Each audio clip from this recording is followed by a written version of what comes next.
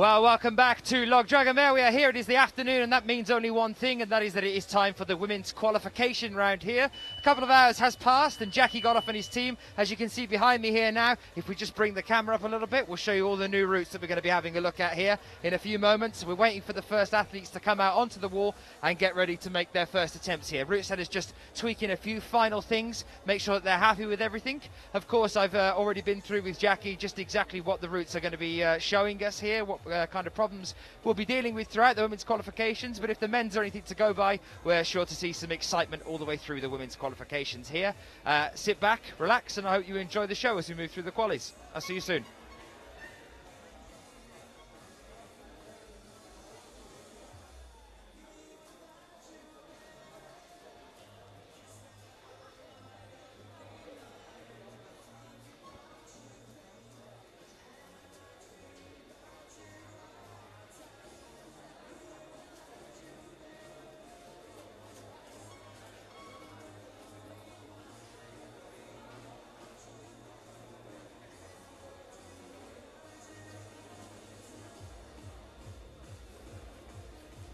Well, as you can see again here, guys, we're with the one camera angle, unfortunately, for today due to a technical malfunction. Should be back to normal functioning again tomorrow for the semi-finals and the finals. Unfortunately, there's absolutely nothing we can do about that. We're having equipment flown out to us as we speak. So for the qualifications, it's going to be this one angle here. We've got Anze on the cams, and it'll be me talking you through exactly who's coming out onto the wall as well. Have the women's start list in front of me, so we'll be going through those in a moment. Quite a good turnout here as well for the women's again, which is fantastic. Always nice to see all of the greats turning up, and some nice new surprises as well. Splitting them into two groups like we did with the men's earlier today due to the number, although we do have a lot less in the women's than we had with the men's. Altogether then for this one, we have 51 female athletes, and for the men's we had 65. So it should be quite short, actually, this women's qualifications, before we know who exactly is making it through into the semis. So 10 athletes from each group then, 10 from Group A and 10 from Group B, making up our 20 athletes that go through to the semi-finals, and that'll be tomorrow when we'll be back with our normal functioning, and we'll see you then for that. It's only going to get more exciting from here on in, guys. The qualies are always interesting to see. Our chief route setter, Jackie Godoff, did a fantastic job with the men's earlier today.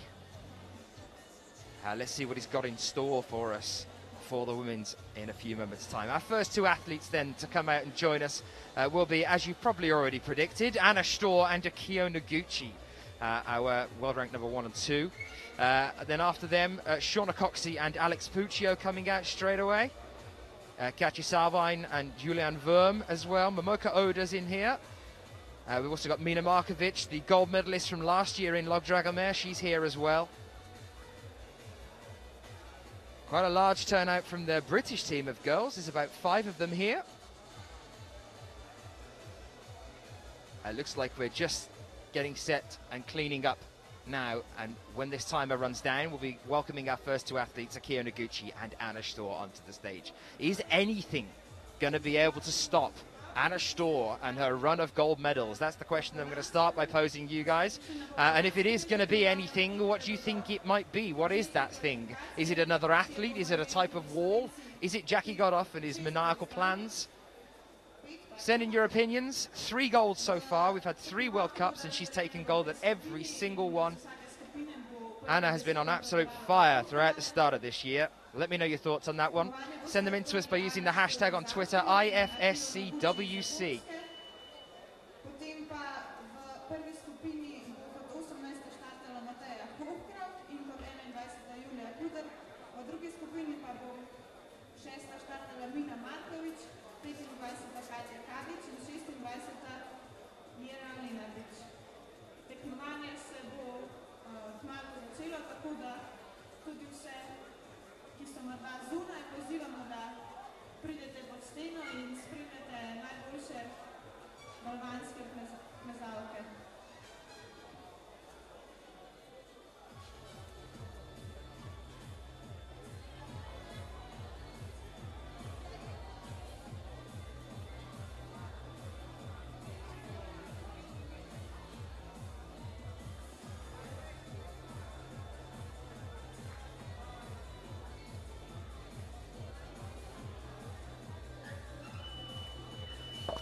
And yes, as we did predict, that was the last 5 minutes before the turnaround starts. And here we go then with the first two of our 51 athletes for the women's.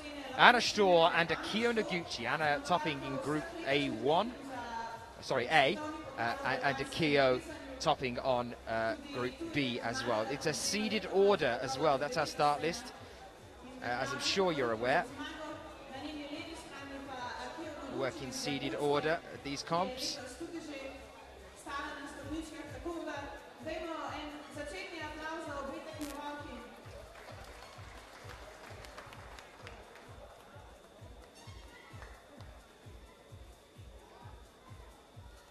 So this first problem then, as you can see, Anna and Akio are already starting on this one. It's a double mantle on this one. Cross with the foot, as you can see she's doing now. Another little pull up to this one to the top. Have to be relatively cautious on this section here. She's using her foot on there to get some more support, but no trouble at all for Storr. And it's looking like Akio's not too far behind. Have to be careful of that black tape as they reach the top there. It's very, very close to the top on B1. But exactly as we expected, 3 minutes 40 still left on the clock of the original 5 minutes, and both of those athletes down on the floor. But a double mantle to start us off then. One of the harder ones to start, like Jackie did earlier in the men's. A1 and B1 exceptionally difficult. As you can see, he's doing the exact same thing here, replicating a similar style and twinning them as much as he possibly can to show that they're trying to create a balance between the two different groups. It's never nice when you've got completely random, different problems between the two groups. Because you want to make it as fair as possible for somebody that might have been drawn in B but is a more stylized climber towards the group in A, say if A has different routes. So to stop that from happening, to stop that being a problem, Jackie has tried to mirror the routes as much as possible. So problems 1 on both sides, A1 and B1, are more or less identical, and problems 5 are more or less identical. And then in the middle, he kind of chops and changes it a little bit, but there is a match for every problem somewhere else. So, for example, whilst the B group are doing B2, that is a very similar type of problem to A3, and we'll see that as it moves along through the competition.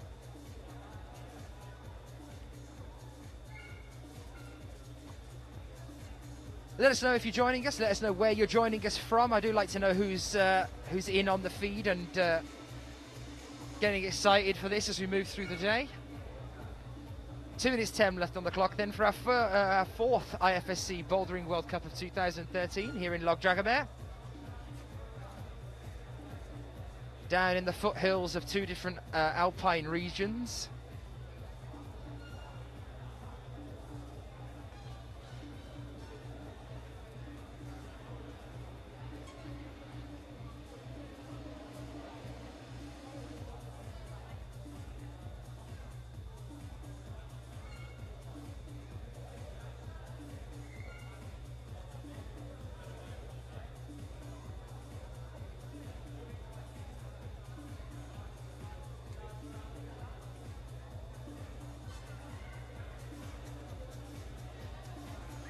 So yes, in the foothills of two alpine regions here, surrounded by forest, but that's not unusual for Slovenia. Over half of the country is covered in forest, 10,124 kilometers, square kilometers rather, of forest. It is the third most forested country in Europe. Just a random fun fact for you there. And the other two are Finland and Sweden. They're ahead of that one. But yes, it's typical Slovenian countryside, Dragomer, the small municipality in the very heart of the country. Just next to Ljubljana, the capital of the country. So Anna Storr and Akio Noguchi, two flashes straight away to kick us off. Now we wait for our next two athletes to come out, which will be Shauna Coxey and Alex Puccio. Puccio looking very, very good as well this year. 2 bronze medals already for her. Shauna making the final every single time. We had a nice little chat and interview with her earlier today while she was waiting around to watch the men's. We got into a nice conversation with her about, well, everything really. We had a long chat with Shauna. If you want to catch up on any of that, you can watch the replays on YouTube. Sydney Graham saying good luck to everyone competing. I'm watching. Nice to see you and you're joining us. Gracie Martin, good luck to the GB girls in qualification. Go crush. And a shout out to you guys as well, because Pierre is asking again, and I've got to keep shouting it out. We're very, very close to 20,000 likes on our Facebook page, and that's a big number, so we're going to keep pushing that as much as we possibly can. All of you guys that are joining us, please get yourself onto Facebook, www.facebook.com/sport-climbing2020. Get yourself on there, click like, and also participate in the donation campaign and win a chance to win one of 54 prizes that the IFSC are offering there as well. But the likes are where it's at. Big time for all of us. We want to get ourselves up to 20,000 likes, pushing this sport for the Olympics.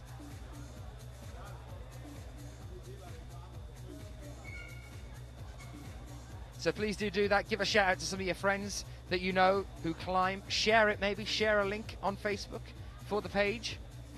That always gives things good coverage on the interwebs.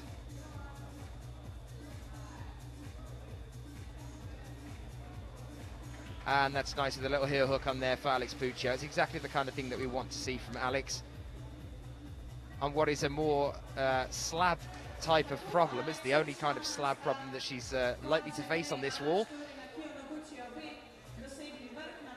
Nice and comfortable for her, and also for Shauna. So 4 flashes so far. Although this is one of the harder problems to start with, apparently, according to Jackie.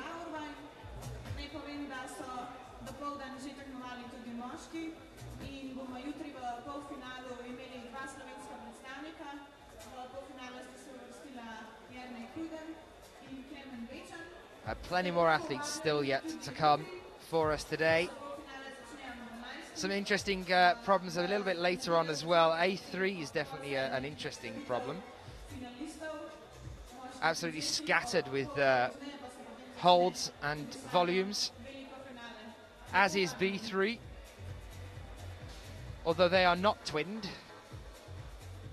I'll talk you through the twinning in a little while so that we can see, for example, if we're coming up against an athletic problem in Group A, when about it will be that Group B have their athletic problem. I'll tell you about that one a little bit later on. Lucas is back with us as well.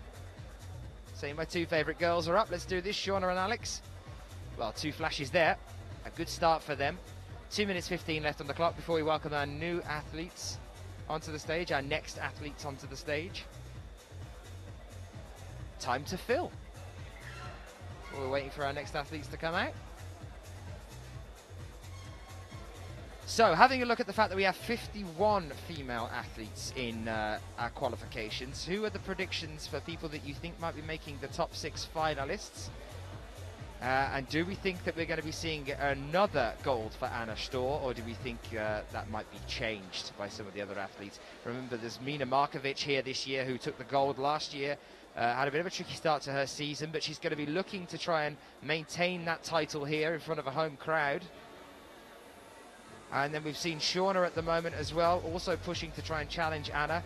Didn't really challenge Anna in Kitzbühel, to be fair. Didn't have the best final, Shauna, in Kitzbühel. But in Millau, it was very close, very, very close. Just a couple of attempts in between them for the gold.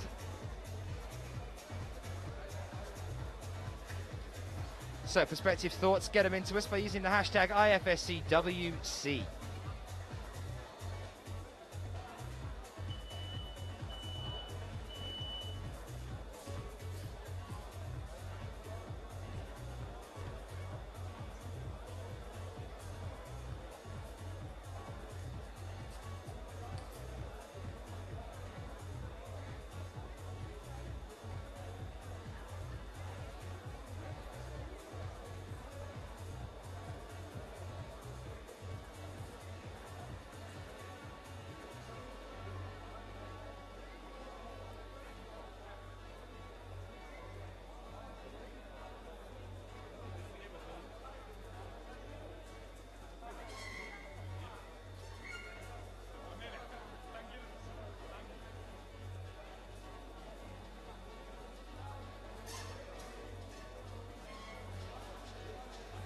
Our next two athletes then due to come out in 5 seconds.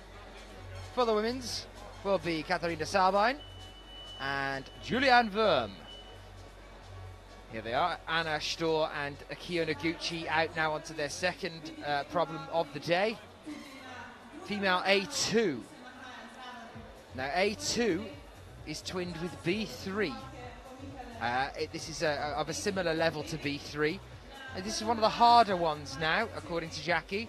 A lot of footwork involved on this one. You can see her there, just getting underneath the roof. And then Akio is over on B2, and B2 is twinned with A3, just to confuse things even more. But B2, the one that Akio is now facing, this is a technical-based problem to move under the roof. Playing with your feet again, hard to read, difficult to know what to do. Not really so much about power, more about the tricky technical side of things, making sure you read how to attack it, moving up into that corner there you can see.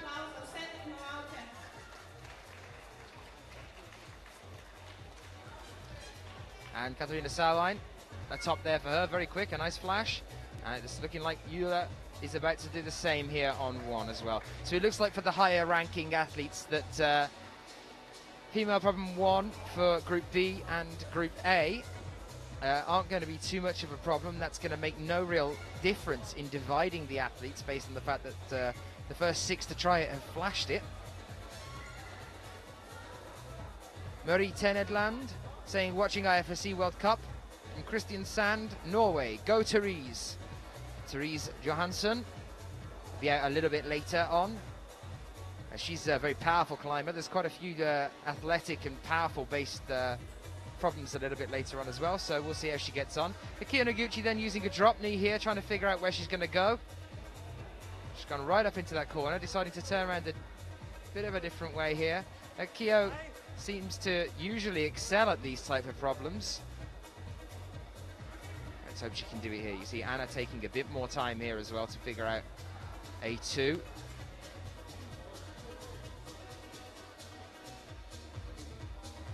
And no flash there for Anna on A2. As Jackie said, it's one of the harder ones. 2 minutes 40 left on the clock then. Akio bracing into this corner. See where she's going to go from here.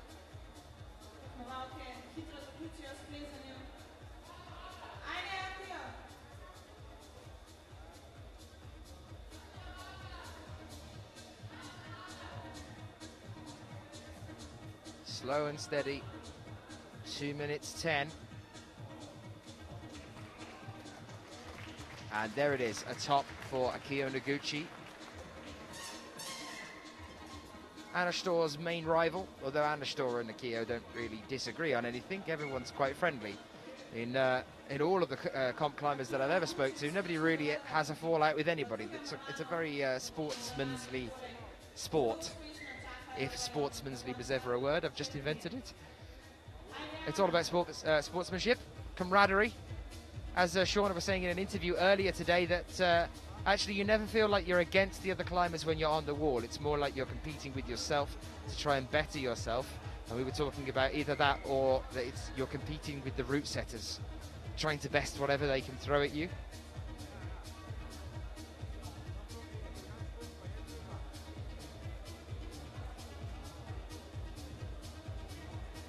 I'm not quite sure. That was a decision then, it looked like, from Anna to decide to come down there.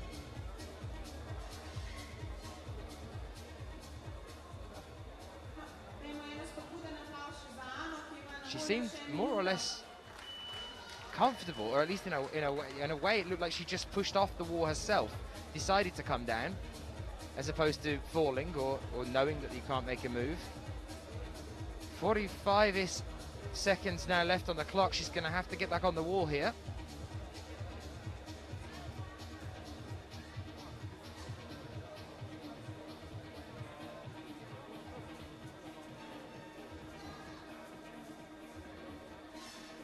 Another attempt then for Stor.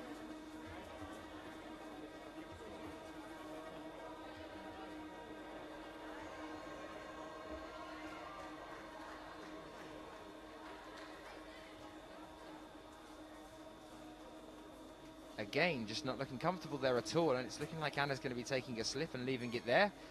Very interesting.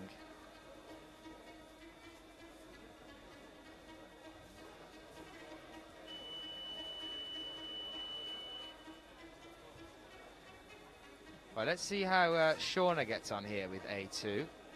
As we welcome Melissa Leneve for France on female boulder 1 and Momoka Oda for Japan on female A1.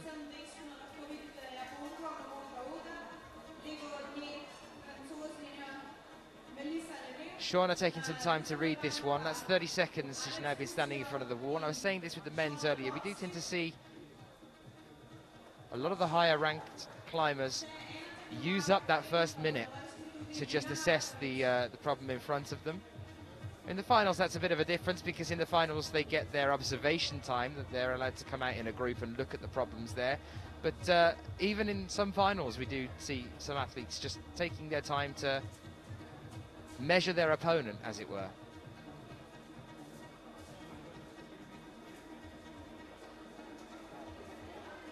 So Shauna, yep, used over a minute there, looking.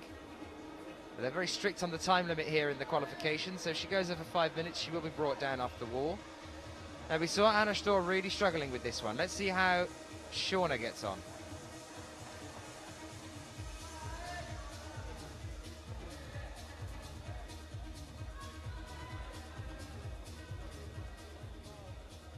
As Jackie was saying, this one's all about what you do with your feet, how you get them across.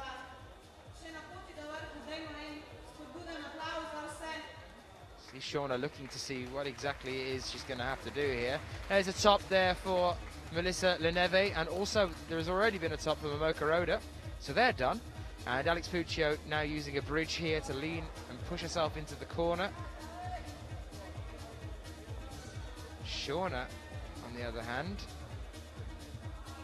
penultimate hold, but what's she going to do here?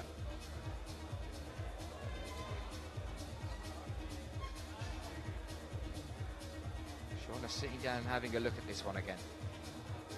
It seems that the legs are splayed so far, and the reach up for the next hold above that one, the penultimate hold, is so large that you're really splaying yourself around the front of that volume, the big yellow blob that you can see at the top there. Just a little bit too uncomfortable for you to be able to get a decent grip on the hold above you, and in no ways comfortable to allow you to move on to the top. So going to need to readdress exactly how she's going to get up to the top from here. She's going to need to go to the side at some point, but there's a top for Alex Puccio. Nicely done. A little bit exhausted after spending such a long amount of time wedged in that corner, but she gets there. Slow as Akia did it, but it's got her a top. Shauna again then for another attempt.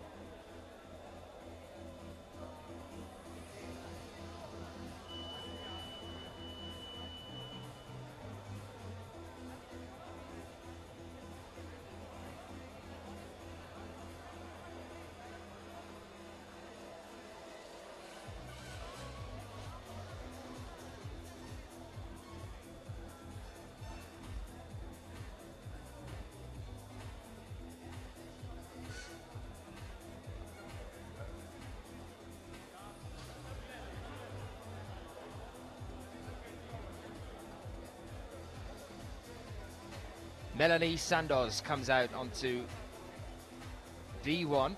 Our world champion did not have a good time at all at her first return to the bouldering world at Kitzbühel just recently after a finger injury. And next to her, Olga Yakovleva of Russia, who took second at the World Championships.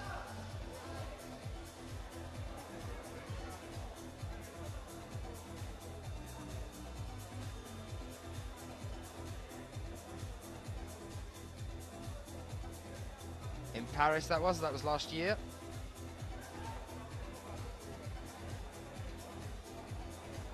So, as we can see, most of the wall here now then, A2, which is the one that Julia Verm is currently climbing on, in the green for Germany, about to start on. That A2 is twinned with B3, so a similar route to the one that Akio Noguchi is just starting off on. You can see her a little bit further along. And then A3, the one that Anna Stor has just topped with very little effort at all. A3 is twinned with B2. So the one that Katja Sarvine is now climbing on is similar to the one that Anna Stor has just topped out on. Similar in the way that they are not really about power, more about the technical side of things, how you read a route, the type of move.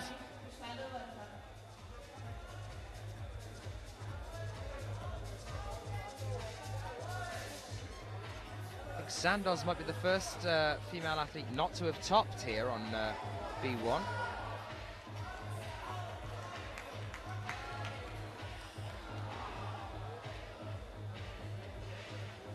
See her shaking her hand there again, and let's just hope that she's not returned too soon. Hate to see that finger injury get any worse. It's a very dangerous thing, as you all probably well know.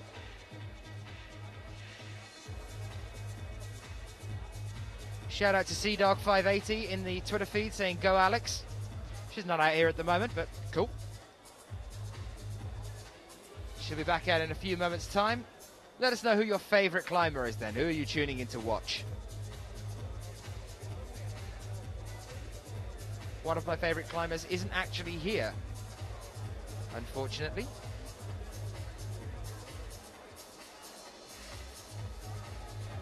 I'm not going to tell you who that is, by the way. You can just guess.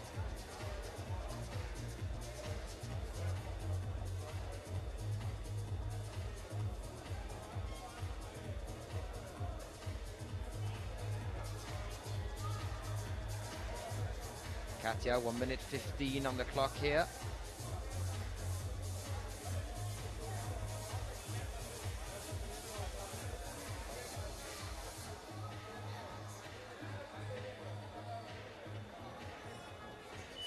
Seems that she's not quite managing to make that bridge and that reach across.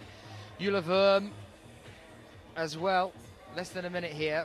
Still stuck on the one that we've seen stump our other two athletes beforehand. A2. World ranked 5th, Julia Verm. Currently for this year, 2013, she's in 7th place. She made it through to the finals in Miol, but ended up 5th there. And the last time she podiumed was in Munich on home turf. She got a bronze medal there, and she took the bronze medal at Vale as well last year. Highest result so far to date. She's had 2 silver medals, one at Munich in 2011, and one at the European Championship in Innsbruck in Austria in 2010. With 10 seconds left on the clock, Katharina Sarvine manages to make a top there. Nicely done, a nice quick finish for her as well. One of the athletes that we've seen starting to make a name for herself to push into these finals. We've definitely seen a boost here in what Katharina Sarvine is capable of just recently. Or maybe it's more of a return to form due to the podiums that we have seen in the past with her from 2008. She's definitely starting to push back towards that after some time during 2012, not quite making it to the finals. She's made both Miol and Kitzbühel this year.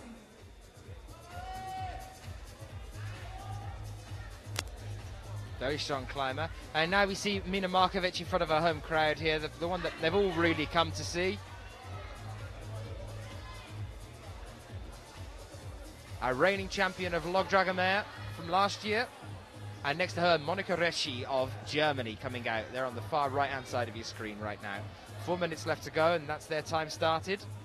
Alex Puccio and Shona Coxey out on A3 and B3. And Melissa Leneve and Momoka Oda back out on the A2 and B2 in the middle of your screen at the moment.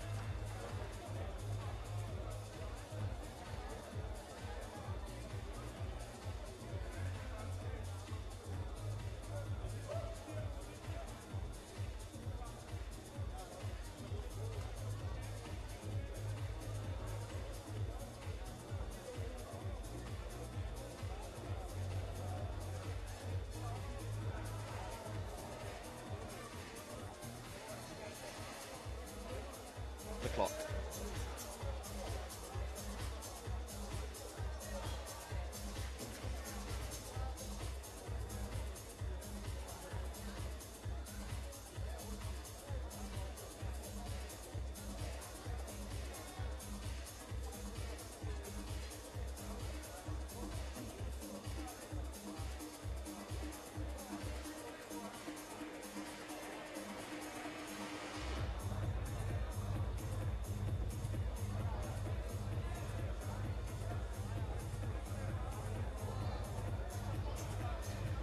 Melissa Leneve, these types of problems are more her style, this technical, athletic style of things, and she's made it there as well after that tricky point.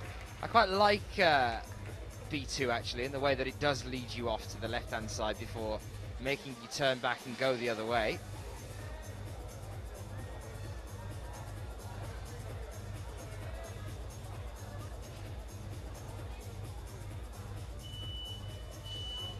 Momoka Oda going around to the left-hand side here. Is it going to help her? I think she needs to turn her hips here as opposed to using that, but she's going to try. How do we think this one's supposed to be done then on A2? I would say using the smaller dot that's over to the left-hand side of the blob as a possible other foothold before making a push up to the top. Placement of that sloper hold a little bit above it, the penultimate hold, is really not comfortable for them as they're pushing up past that hemisphere.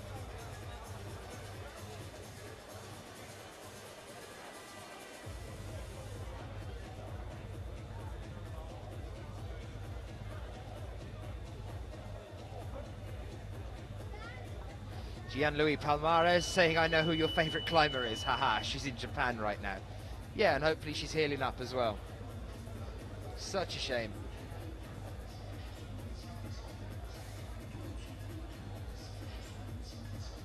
But here we are with some new athletes then, out onto the wall.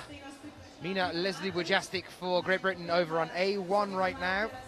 And next to her, we welcome Cécile Lavezou of France.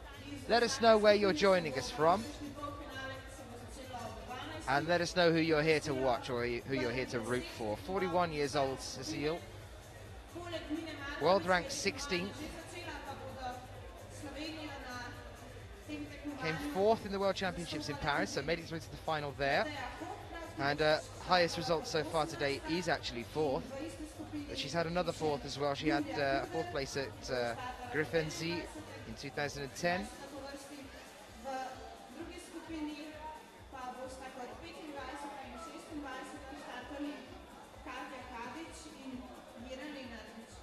And Mina, who's another one that's definitely on the up here. We were talking to Shauna earlier today, saying hopefully this is her year that she makes finals.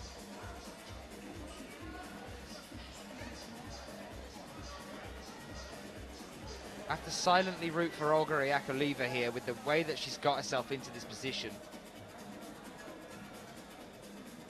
It's tense, but it's the best we've seen so far. She's able to take a moment to pause here as well. Akio Noguchi tops on B4.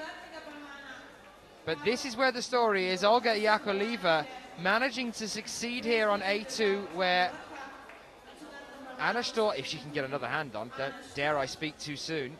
There it is, fire to the left once you're up to the top. Olga Yakovleva manages to succeed there, where Anna Storr and Shauna Coxey have failed. Fantastic effort there from her. And I always feel for Olga a little bit because there was a ripple of applause then. But she never gets the big cheers or the big crowds gathering for her, and she's a fantastic climber.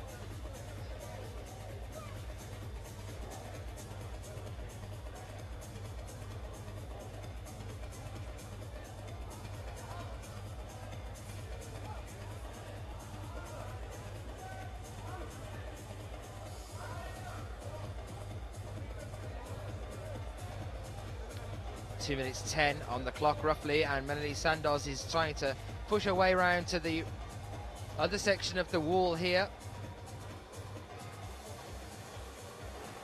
Slow and steady on the bridge. Doesn't want to slip. Let's hope that her finger doesn't cause us too much trouble as she progresses. Let's hope that that was just a little ding on the wall before it, and that that wasn't a twinge. And she was shaking her hand a little while ago.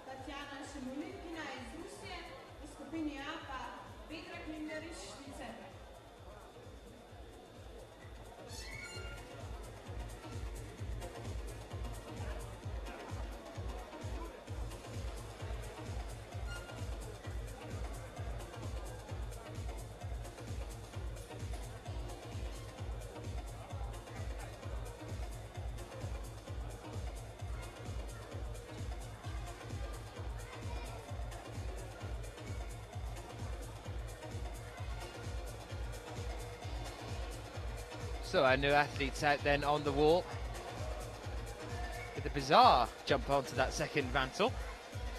Petra Klingler, Tatiana Shevolinkina. Shevolinkina in the blue. Klingler on the far right-hand side of your screen in the red. Monica Recci, another promising new appearance that's starting to push her way up into the higher ranked athletes.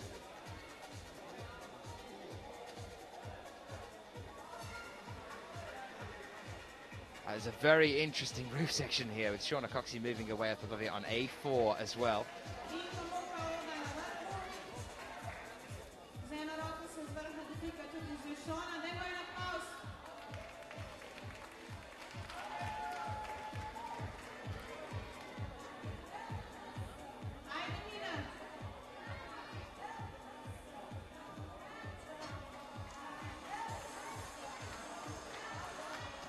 That's up there for Melissa Leneve as well on B3.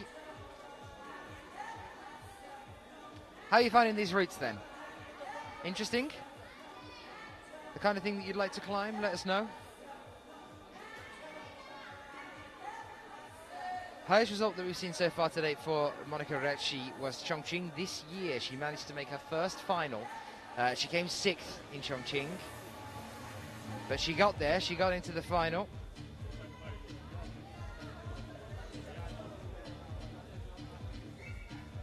Had a bit of a tricky run from then on.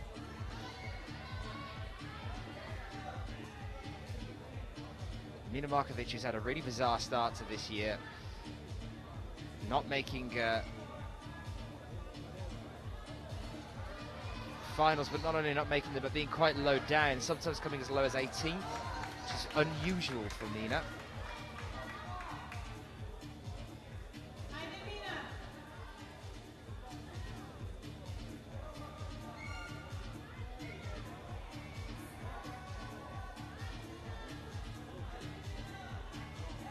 And Alex Puccio then starting to move up onto B4 now as well. Nice and quick here.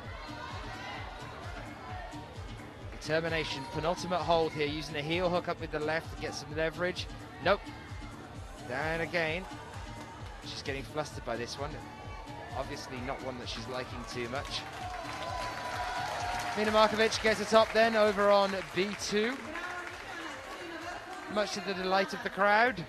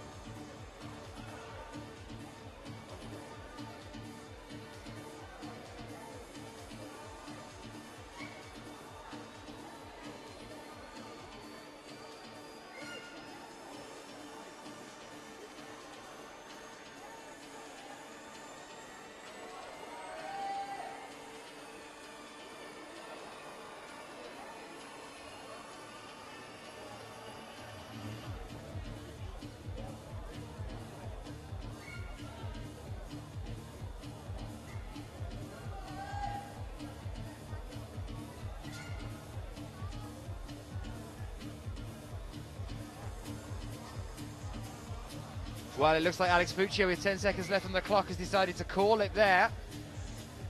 Very interesting. Up to the penultimate hold there, powered her way up to it as well, looked comfortable moving and progressing towards the top, but then just couldn't quite figure out how to secure moving up from there into the final point on there. Now B4 and A4 are very similar, as are A5 and B5.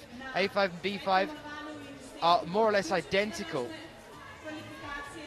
Again, they pretty much are identical actually. You can see those just at the very end of the wall in the yellow.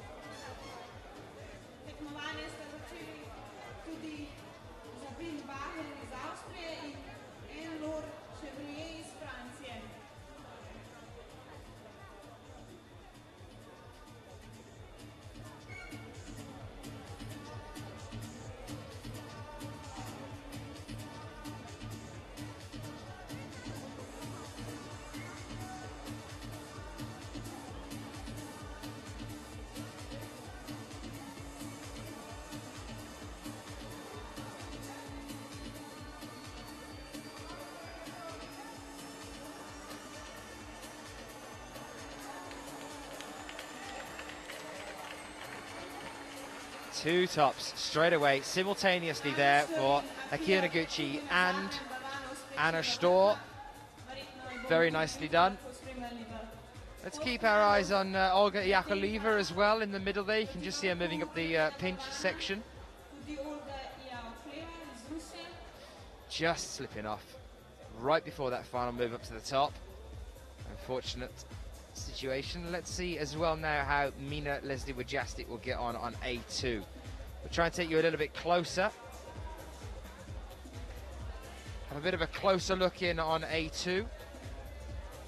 As you can see, she's squatting on this section, just trying to figure out how she's going to get above the ball. Now she's going left. We saw Olga Yakovleva go right, and that gave her enough leverage on that sloper hold to pull on the undercling and allow her to get up. And is Mina going to switch here and start going to the right, or is she going to stick with the left, do we think? Seemed like Yakovleva had a better hold on that hold by going around to the right. And that's what gave her the top. She's the only one to have done it so far.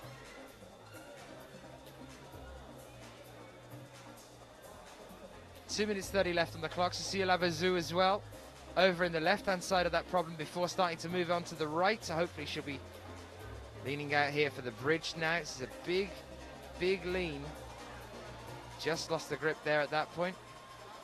Asking for a brush.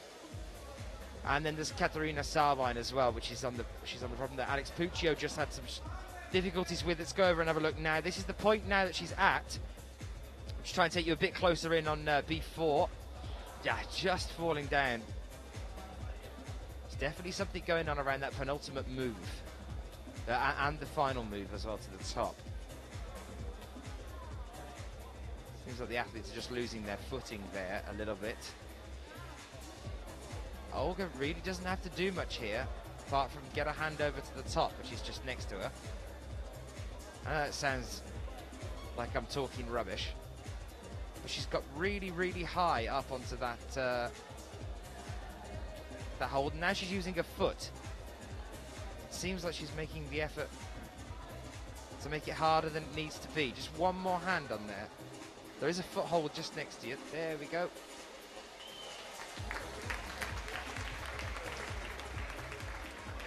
Interesting, but there we are. Another top then for Olga Yakovleva. Nicely done. And Nina has moved to the left-hand side as well, after trying to go up to the left, but she's got the height there. You can see she can just stretch up and touch it. Well, there we are, a top for Mina Leslie Wojcicki on A2. No doubt she'll be discussing in a moment with Shauna Coxey what exactly that one was all about back in the ISO.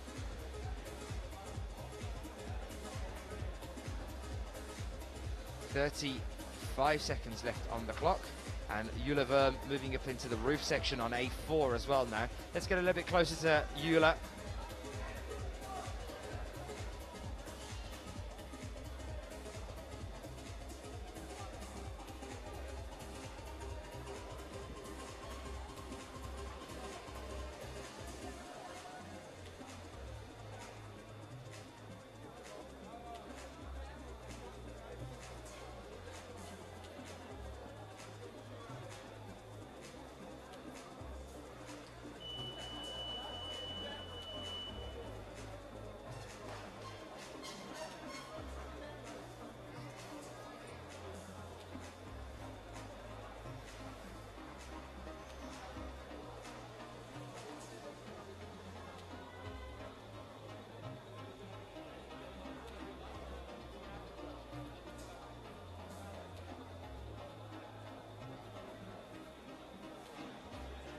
FabGrap saying, I'd like to be able to climb those routes. First route would be interesting to do. Somehow I never work much on balance.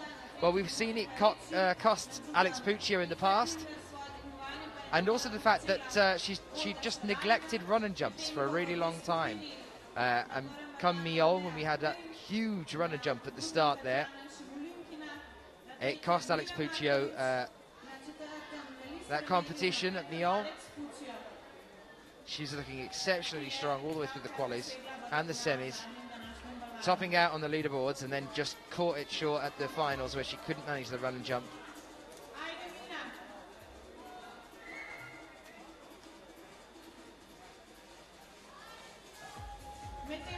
And very nicely done as well. Just next to her, Shauna Coxey atop for a 5 there.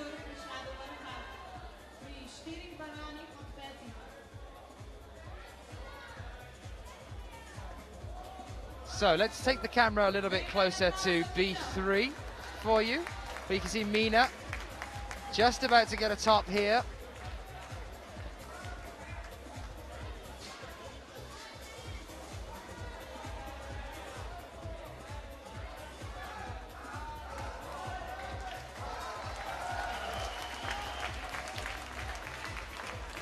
Nicely done. You can see the crowd applauding at the bottom there, cheering her on.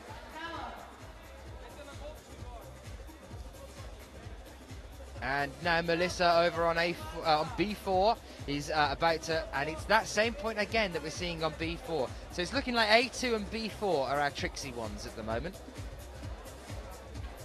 A2 and B4 seem to be stumping a lot of our athletes. B4 the penultimate move and then the final move, and on A2 the move around the giant yellow volume. You can see Melissa Leneve back on the floor now with 2 minutes 30 left to go. We'll stay with her for a minute till she makes another attempt on this one. 2 minutes 20 left on the clock, and Momoka Oda is about to make another attempt on A4 as well. This is another interesting one. It's a nice roof section with a big swing out.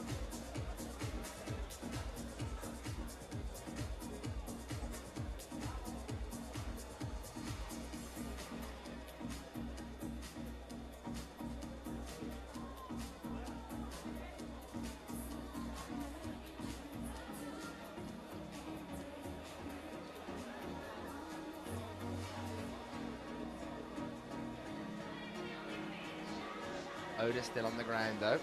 So is Leneve with 1 minute 40 left on the clock. She's going to need to start getting on that wall again now.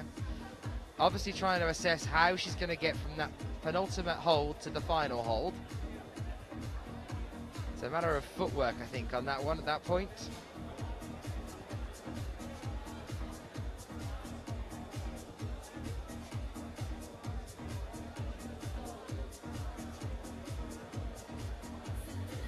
This is the more athletic and powerful, the physical type of boulders that we would assume Alex Puccio would have been fine with on B4.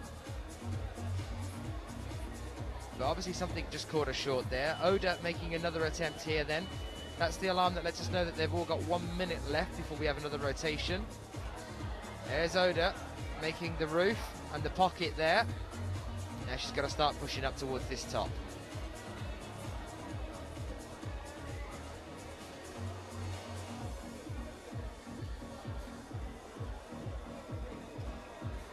Bonus hold. She's using a toe in there to get a bit of... is she going to go again? Yes, she is toe hooking there to secure the next one. Foot out onto the sidewall. Now this should be an okay move for her. Nice and wedged into the corner, pushing a little bit.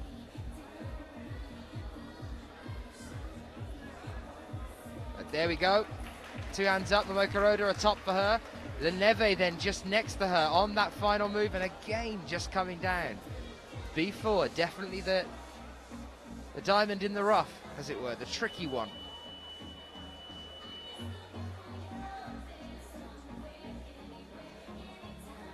And as I know some of you are joining us to watch her, Therese Johansson over on A1, just coming out for Norway now.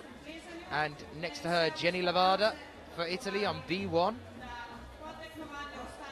I'll go a little bit closer for you with the camera. There you are, you can see them on the far end. Therese in the light blue top and Jenny Lavada in the traditional white for Italy.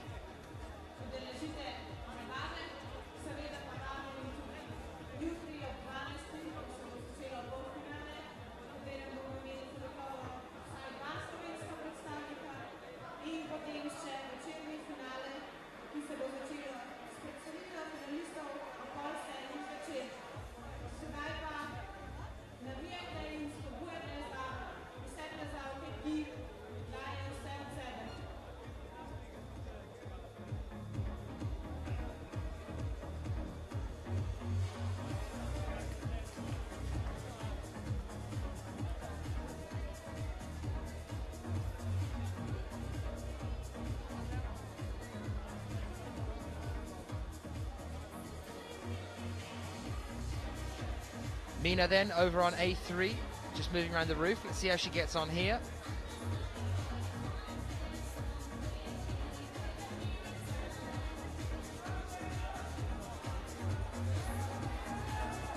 Now, how high is she going to go on this one? This is the interesting thing. Is she going to carry on going up like we saw Olga do, or is she just going to go up from there? Which is a slightly easier way of doing it. She has. She's taken that route.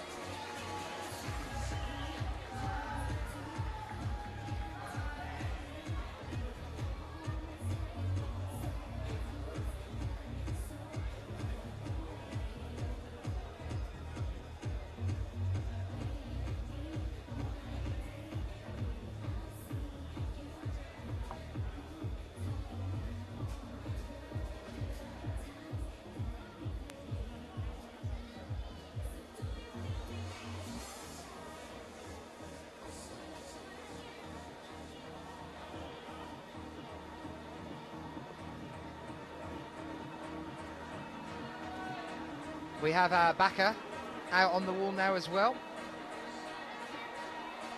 You can see her over on B2 at the moment.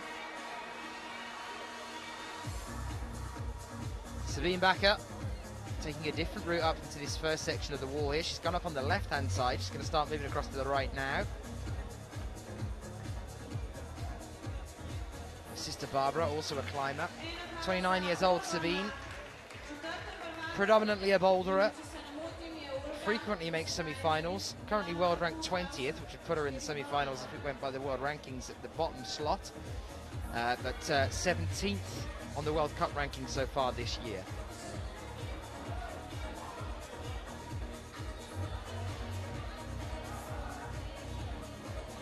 One minute 35.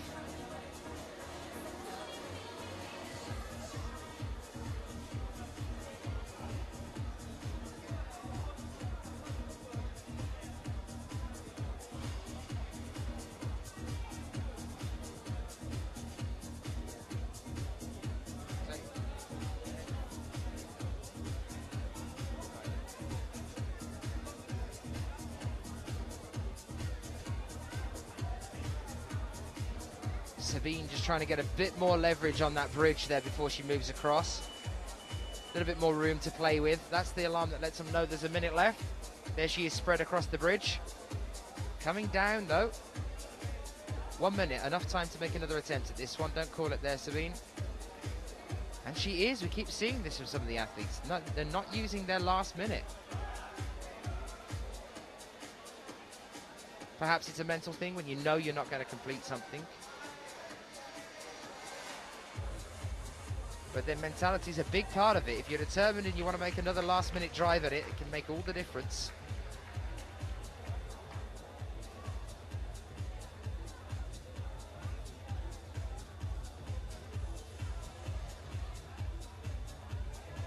"15 seconds. Cecile Avezou, about 3 moves away from the end. On B3 here.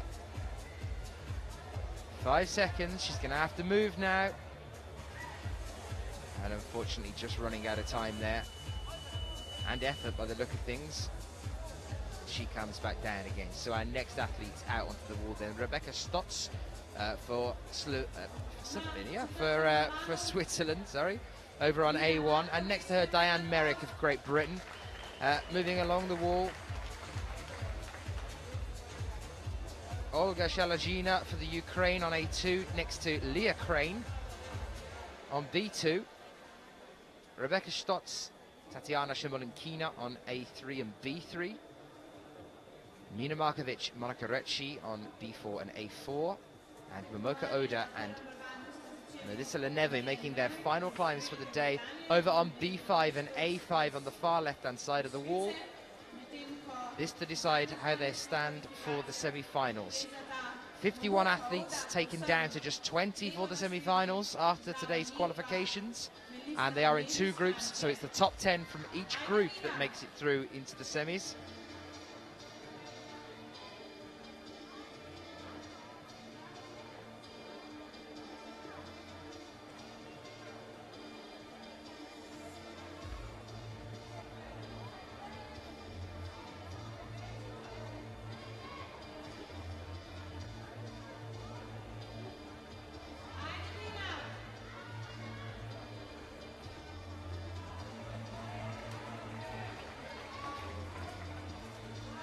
Well, I've had a couple of questions in on the chat room, one of which was someone always wondering what that piece of paper is that the climbers are handing to the judges when they first come out. It's kind of like a scorecard, is the best way I could describe it, I guess. They come out and hand it to the judge. The judge will make, obviously, their own notes, but also notes on the scorecard to hand back to the climber to let them know how many attempts they've made and how they've got on that problem, so that they can keep check of themselves as they move along. See if there's anything they might want to appeal against. Basically some notes from the judge of that particular boulder.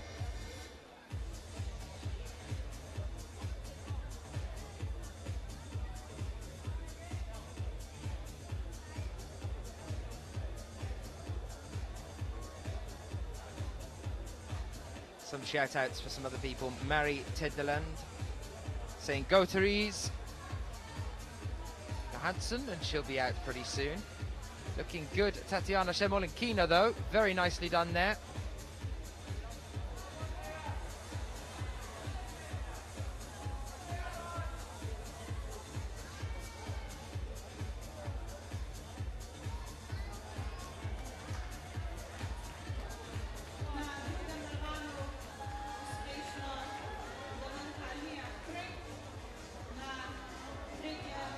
So these are our athletes on the wall at present.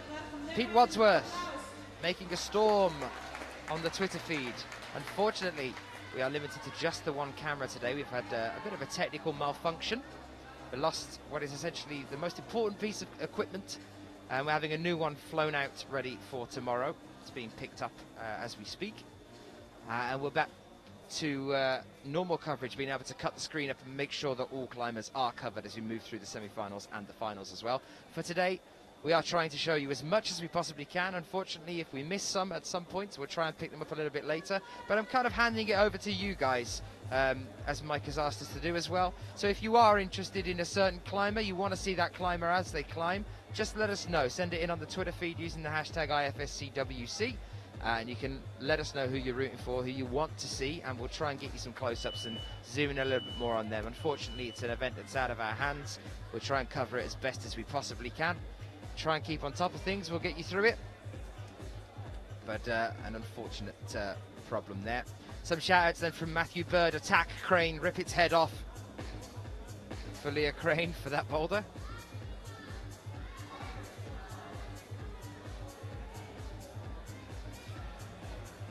Mina Markovic on B4.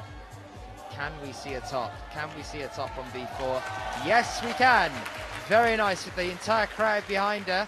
We see a top on B4. So at least we know that these boulders are doable. So I believe that means that we've seen tops now on every single one of these problems. It's causing quite a nice spread at the moment. We'd expect no less from Jackie Goddo.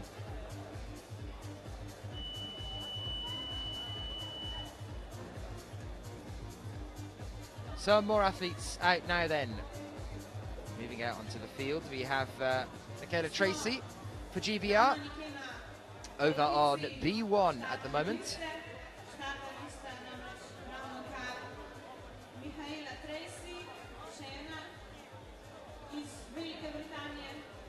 And just next to her, we have Nelly Kudrova of the Czech Republic.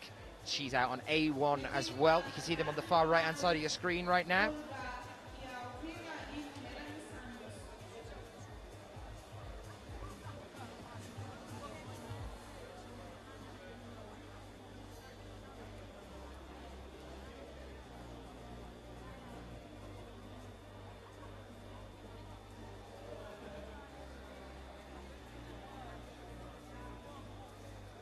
So here they are then, making a start off on their first attempts on A1 and B1.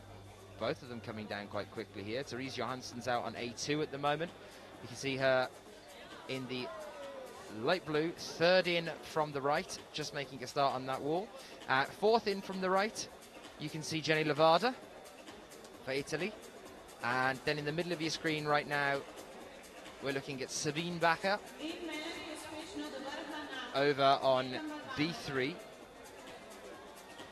And on A3 next to her for France, moving very quickly up here now as well. Then there's Anne-Laure Chevrier.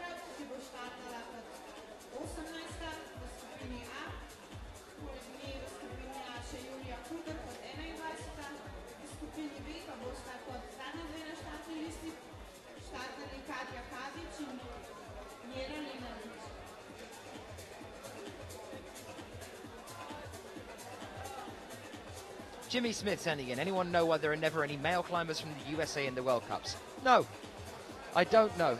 They do come along, but it's a long way to travel. You know, Alex had that whole thing recently, Alex Puccia, this is saying on Facebook, I think she got quite a storm for it as well, saying, why are there no US climbers? Because she feels like she's kind of holding down the fort alone, which she kind of is, really, having to go to all these World Cups as the only US climber until we go over to the States or Canada, and then we do get some. We get good old Alex Fritz coming along, and Daniel Woods, and some of those guys. Great climbers in their own right, but it's a long way to travel, and of course a lot of these climbers as well are self-funded. Some of them have sponsors, some of them are lucky enough to have sponsors, or they have the national team sponsoring them. They earn a place on the national slot, and the home country pays for them to come and represent or helps to contribute towards them representing the nation. But a lot of these athletes are self-funded. They have to find the money themselves to come out to these places, to live and move from World Cup to World Cup. And of course, you know, you're only really making good money if you win or if you get on the podium. I was having a chat with Sean McCall just recently in Kitzbühel, and he was saying that his first year was a real dangerous thing for him because he had no idea how he was going to stand, and he basically used the last of his savings to get himself out to the World Cups. On the first year that he decided to make a real go at it, and luckily for him it just worked out. But he was saying how many athletes that he speaks to where it doesn't work out, they just eat through their money having to go around to these places and unfortunately don't earn that much back. It is a crime of passion, climbing. So hopefully that gives you a vague answer to that question. That's the best I can give you anyway. Any other questions you guys might have, any opinions, any favourites, anything, send it in to us. Use the Twitter feed, hashtag IFSCWC. Love hearing from you guys. Let us know what your thoughts are.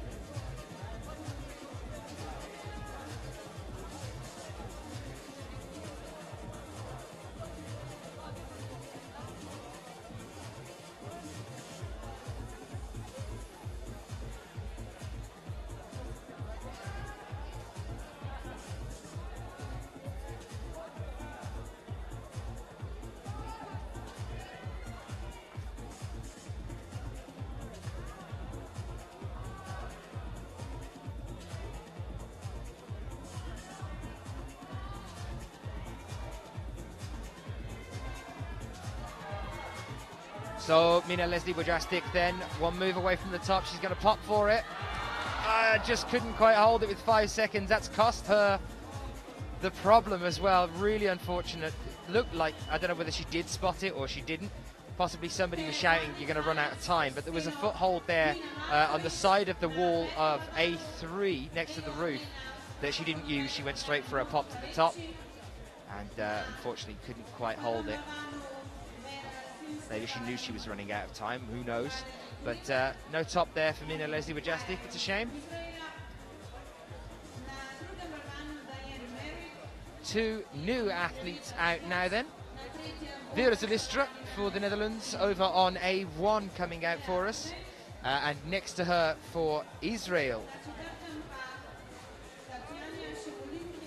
is Valerie Kramer.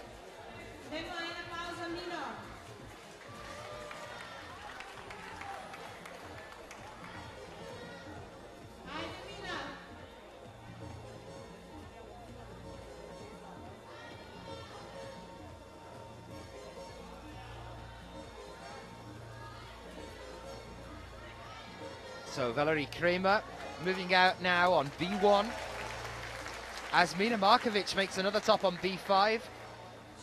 We always see her pick up her game in front of the home crowd. She did it last year in Dragomer. She took home the gold, and she made mincemeat out of these problems in the qualifiers. Valerie Kramer, just to go back to our athlete from Israel, 22 years old. World rank 64th. The highest rank so far to date, or highest result rather. She's had a 5th place in the women's speed international event. Let's say international event, you all know it. It's the Rockmaster at Arco, and that was last year. And she also came 6th in the lead there at the Rockmaster as well. So she's made finals, or finals caliber.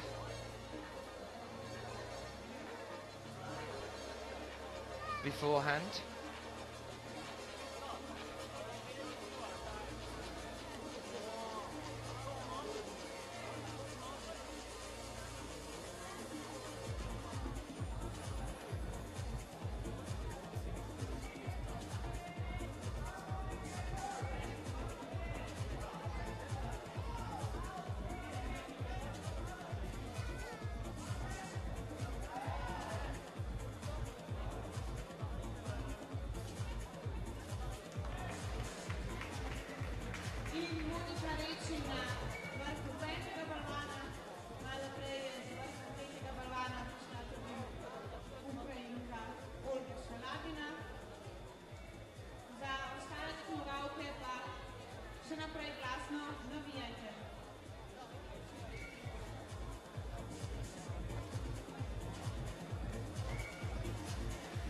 Valerie Kramer, second mantle here on B1, starting to move up. Favgrap, sorry we missed you on A1 a moment ago. Which climber are you looking for? And I'll try and find you them in a moment. Let us know. 2 Brits still here though, Leah Crane and Diane Merrick side by side. Over on B2 and B3, in the middle of your screen. 1 minute 25 left on the clock.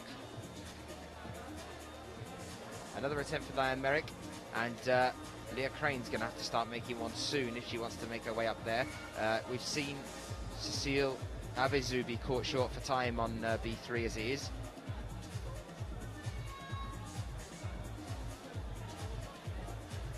Here she goes again.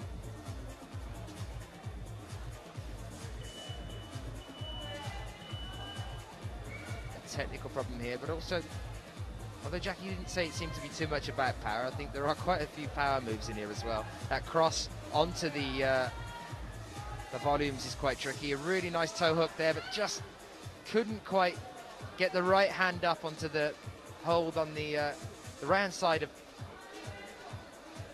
the first grey volume. Rebecca Stotts here. Interesting position to be in. On A2, is she going to be able to capitalize on this? Really bracing into the wall. Got to be very, very careful here. She's leaning out too much. No, she manages it. Up on tiptoes, but she gets there. Fantastic effort there on A2.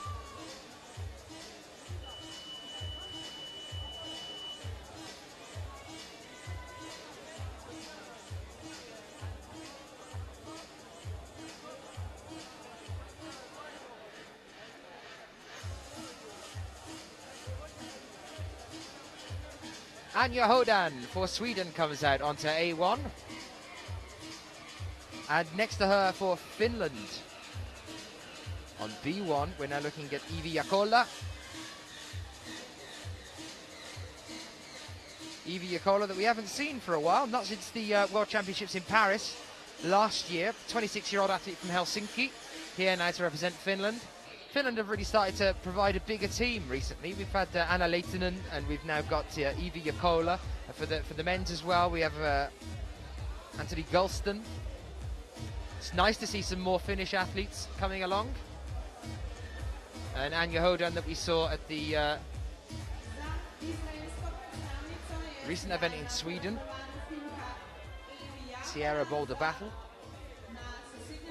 She's on the very far right of the wall at the moment, and on the very far left, one of her competitors in that Sierra Boulder Battle, just making her final climb for the day, is Mina Leslie Wojastik.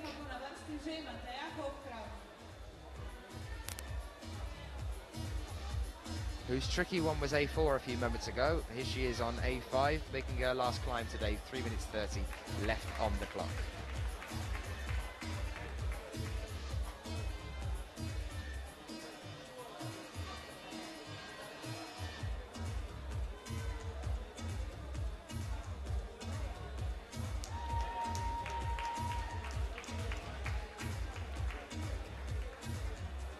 A nice finish there for Mina.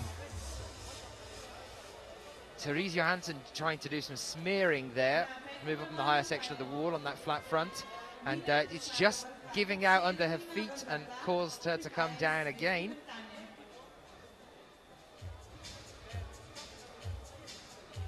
Sitting down by the pole, just readdressing A3 in the middle of the wall, the roof section.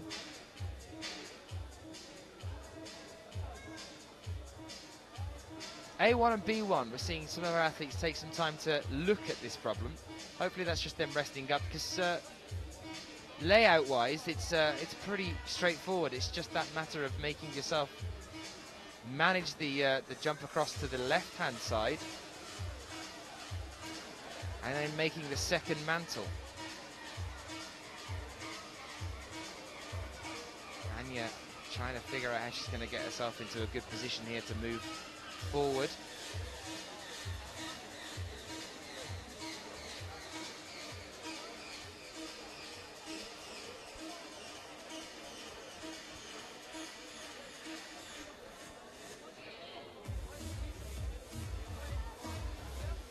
Anya's made the first one here.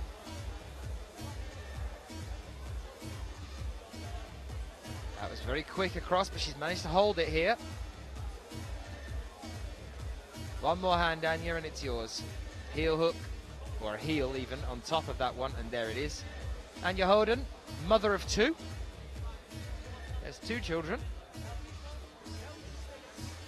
There are pictures of her at 8 months pregnant doing pull-ups. As you do. Very, very physically fit as an athlete.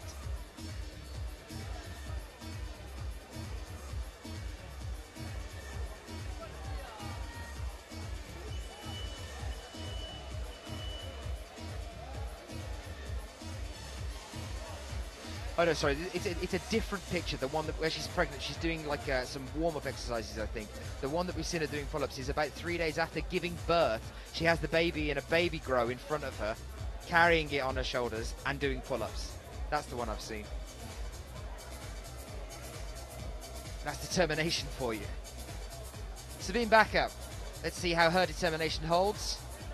Over on B4 with 30 seconds. Is she going to make another attempt at it? No, that's a couple of times now we've seen Sabina call it early.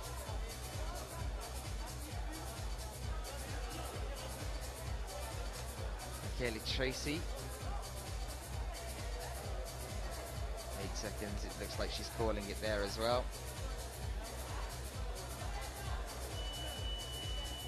Oh, and so close, and Evie Yakola was just getting up towards the top. She'd managed to start to get there, and unfortunately they've called her down from the wall. As I've said before, they're very strict on the 5-minute time limit.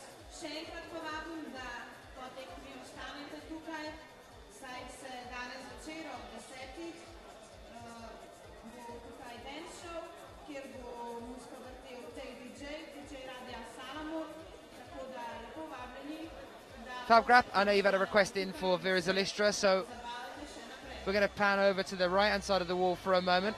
We'll come back to the other girls in a moment and just have a quick look at Vera Zalistra as she makes a climb on this one.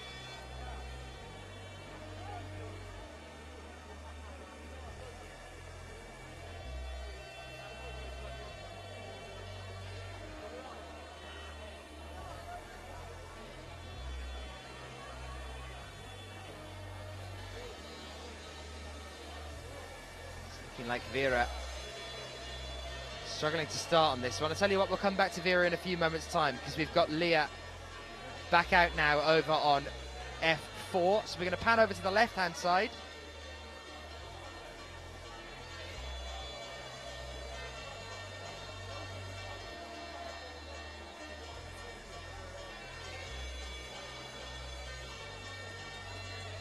You can see Petra Klingler one move away from the top on A5 and just calling it short.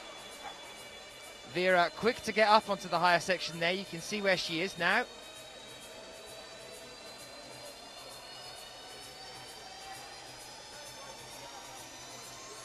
Our cameramen will try and take it as close as you possibly can while still keeping the other athletes in on the wall for you. Want to make sure that you can see everybody, but then at the same time get you as close as possible. Just under 3 minutes now. Leah Crane back on the floor again. Rebecca Stotts up to the higher section on A3 though. And Vera taking a moment after cleaning up a few holds on A2. Looking like she's about to start making another effort now as well.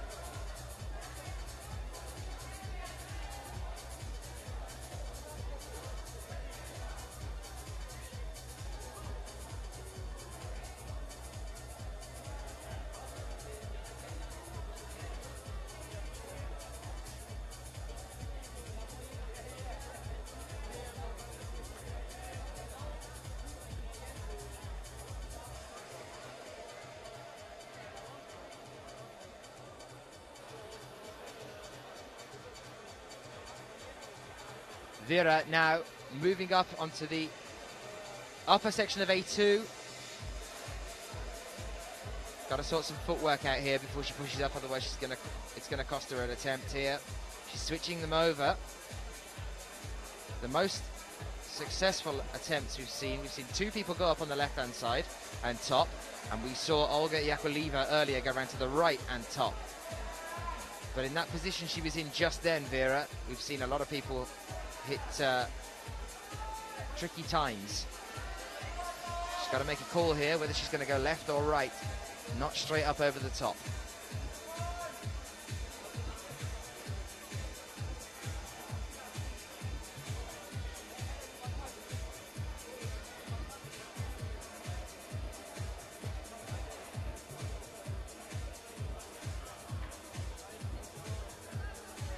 For the Ukraine, Maria Mulyar out on B1. You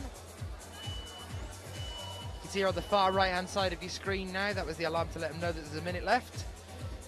She's got to use that minute now to try and improve on previous attempts. She's 23 years old, this Ukrainian athlete. Competed at Kitzbühel just recently and came 29th, which is actually the best that she's done on an IFSC circuit. So hasn't made a semis yet. We'll see how she gets on here today. She's over onto the second mantle, you can see there now on the far right. Leah not having a great time at all here on B4. Well, then few of them have.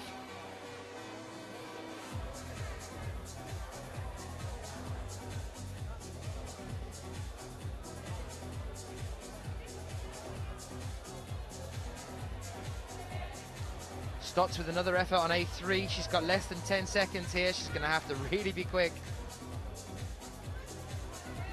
3 seconds. I don't think she's going to quite get there. Such a shame. She seemed to make that first section of the wall quite easily.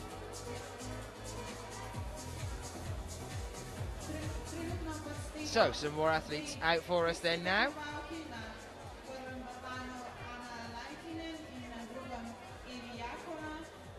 And for Finland, Anna Leitinen comes out onto B1.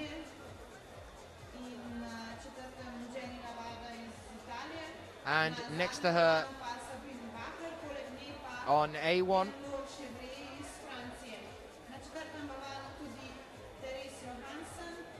Anouk Piola for Switzerland. 24-year-old athlete. Some successes on the junior lead and speed circuits, and also the female youth A section as well. She's obviously spent her youth moving through the age brackets of the European Youth Cups. Highest result so far was a second place at the female junior speed European Youth Cup in Gdansk in Poland in 2006. She's over on the far right hand side of your screen at present.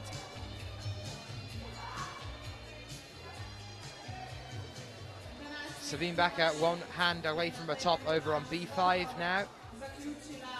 And she gets it. Nicely done. That marks the last climb for her today.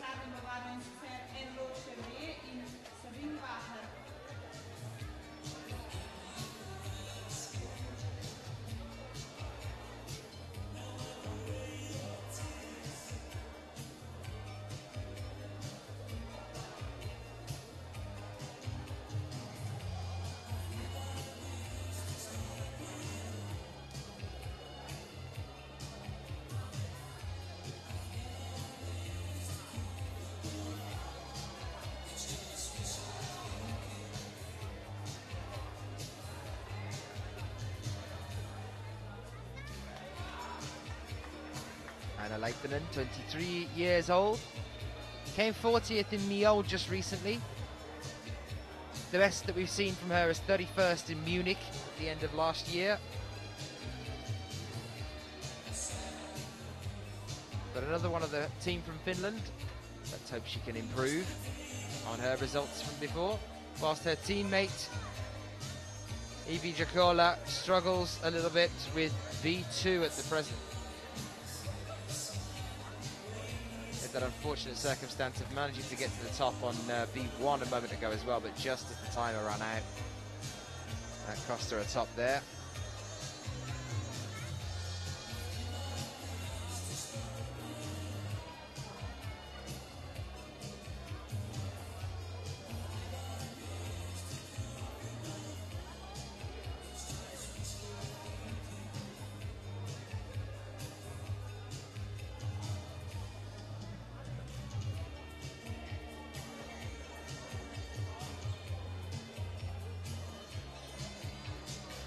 Top there for our new Swiss athlete over on A1.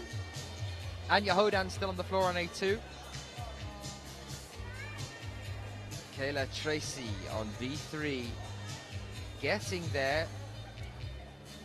Can she make these final few moves? It's this next one that we've seen some people get caught out by.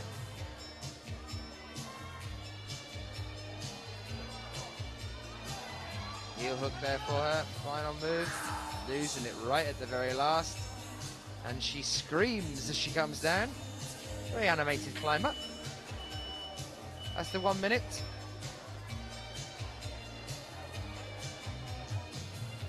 And deciding not to go again.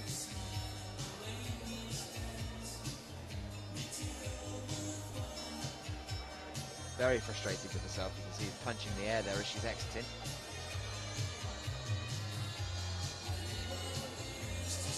Jenny Lavada up on B4 at that 1 point that seems to be costing the attempts, and it's done it again for her. We've seen Mina Markovic top out on B4, but she did it very, very slowly, using the static as opposed to the idea of just popping up quickly and trying to get there to get that top. Slow and steady. We get ready for our next turnaround.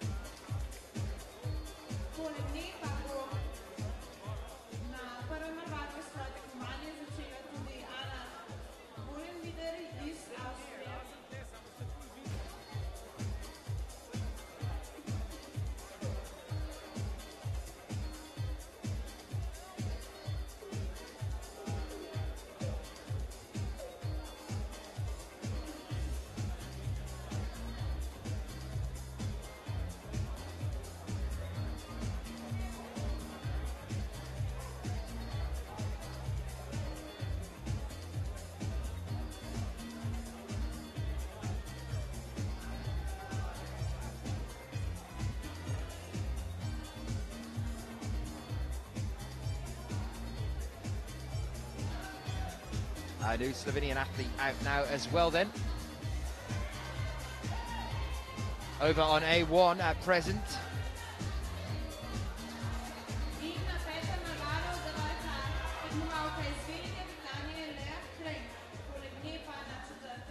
Slowly but surely getting up onto A1.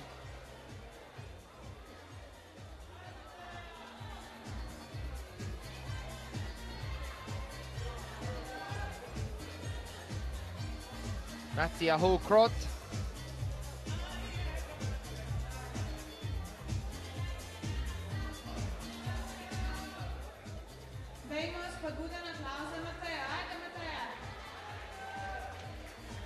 Next to her, Anna Vollenweider. Over on B1 at present. We've seen her recently as well. It's nice to see new faces this year emerging, deciding that they're going to have an attack at this wall.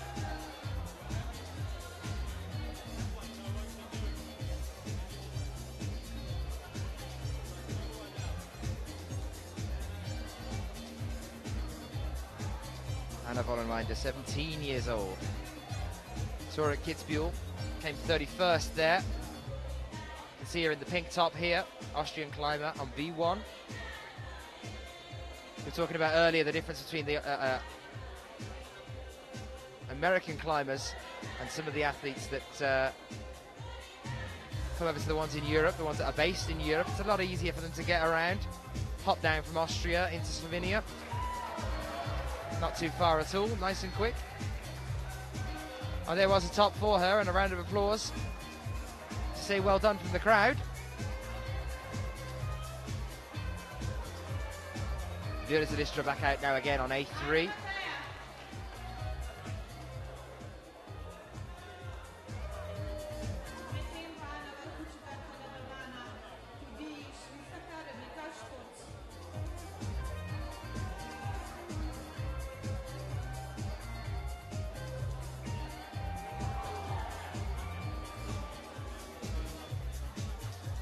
Shock retort there from the crowd as Vera came down.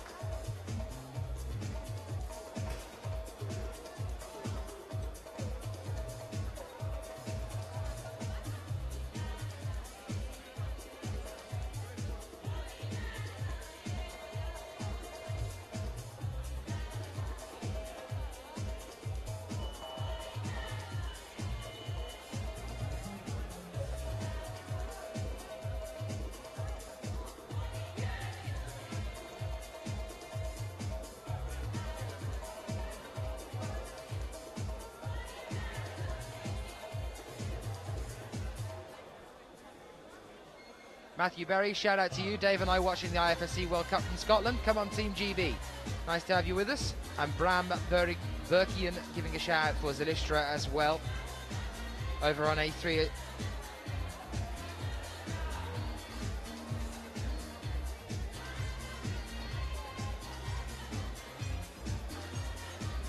Less than 20 seconds now. We get ready to welcome two new athletes. Well into the female qualifications now, guys. Predictions then, from now on. Top 6, who's going to make the finals here today? We have seen some new athletes making it through for both the men's and the women's.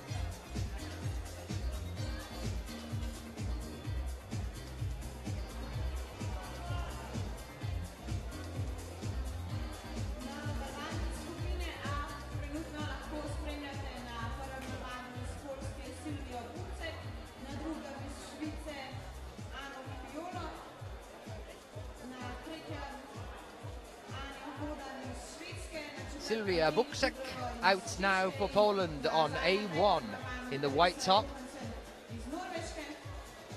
And just next to her for Germany then is Afra Honig. On B1 in the green top, 17-year-old athlete Afra from Landshut. Highest result so far to date is a 5th place on the Female Youth A Boulder European Youth Cup in Meran in 2011.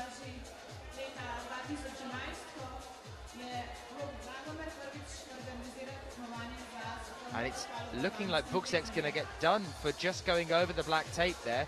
Though it didn't look like she was resting on that part of the wall. She wasn't using it to her advantage at all, but I think she's going to be made to climb again for going over the the black tape.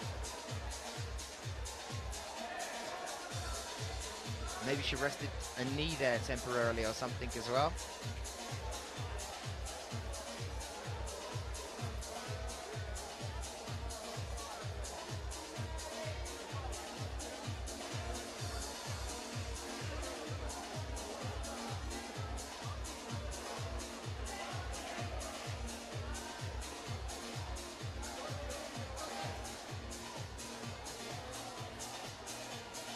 Anna Leitinen up on B2 on the left-hand side here. And she's just lost her balance a little bit there. It's brought her down again.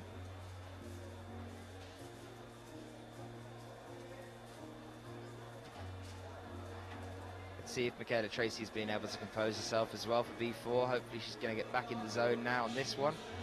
Try and make an attack.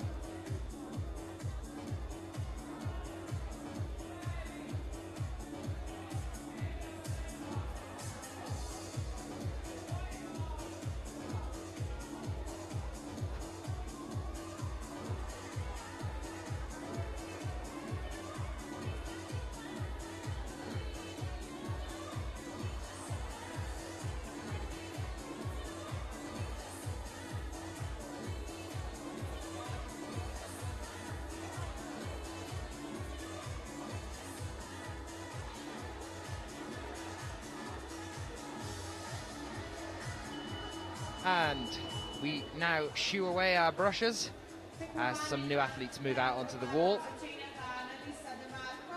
Viewers Listra now over onto A4. And the last climb for American Rebecca Stotts on the 5 at the very far end on the left-hand side. Two new athletes to come out then. One for Germany over on A1 at present. That is Federica Petri. 16 years old from Emma Ting. Highest result so far today on the female Youth A boulder circuit for the European Youth Cup in Grindelwald, Switzerland. She came 12th there. And next to her then for Italy, moving out now, number 32. And that is Annalisa De Marco. Just having a chat with one of the judges at the bottom of the wall there, letting her know exactly how she needs to start this one, where she needs to be. Also another 16-year-old from Feltra. Now she's had a gold medal place on Youth Cups before. She on the female Youth A boulder in Grindelwald. That same year that we saw Federica competing in Grindelwald. The gold medalist is just next to her, Annalisa. And she was also a gold medalist at Moran in 2011 in the female Youth B boulder as well. She did compete in Kitzbühel just recently, Annalisa. She came 43rd at the last World Cup. And there you can see the step up from the Youth World Cups into the Senior World Cups. You can see the difference there.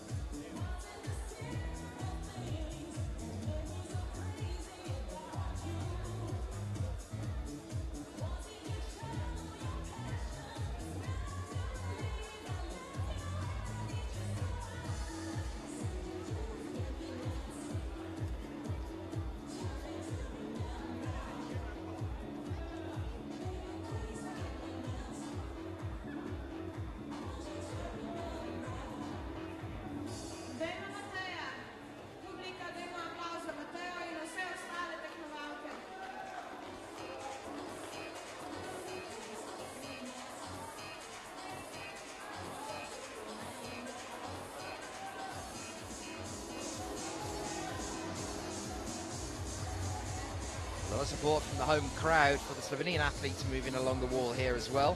Over on A2 right now, Mattea Hulkraut.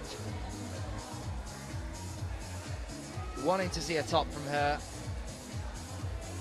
And Rebecca Stott's still powering her way to try and get to the top on A5 at the far end, the left-hand side. And she's got there with 1 minute 40 left on the clock. Finish to be proud of there for Rebecca Stotts. Mattea Hulkraut for Slovenia then in the yellow top you can see over on A2, blending in with the yellow volumes. 23-year-old athlete, highest result so far to date was a 13th place at the Female Youth B Lead Cup in Kran on our home turf in 2003. So that's quite a while ago. On normal and traditional World Cups, it's what we call the Senior World Cups. The highest result was 2011 in Dragomer here. She came 28th here.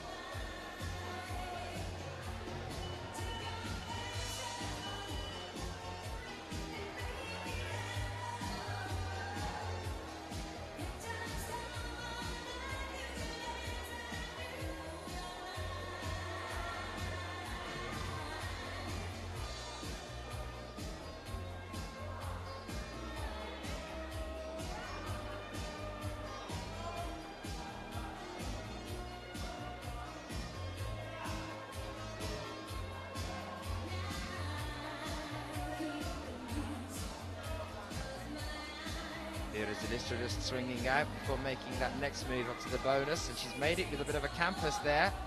She's got the foothold on the right-hand side. Starting to move now. One more hand and it's yours. No, just at the very last. With 5 seconds left to go, what a mistake to make at the last. She just put her foot over the black tape there at the very top of the wall. After finally figuring out exactly how she was going to go at it, what she was going to do, she was perfectly comfortable, and it didn't even seem to help her. But at the very last, she just put her foot over the black tape. It's a random toe hook there. It was almost as if it was for extra security more than it was an actual need to help her get to the top. She was already at the top. What a shame. No top there for her then.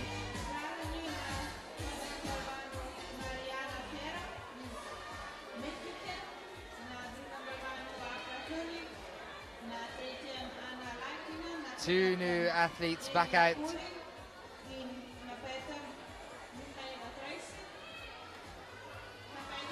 now looking at Mariana Fierro for Mexico.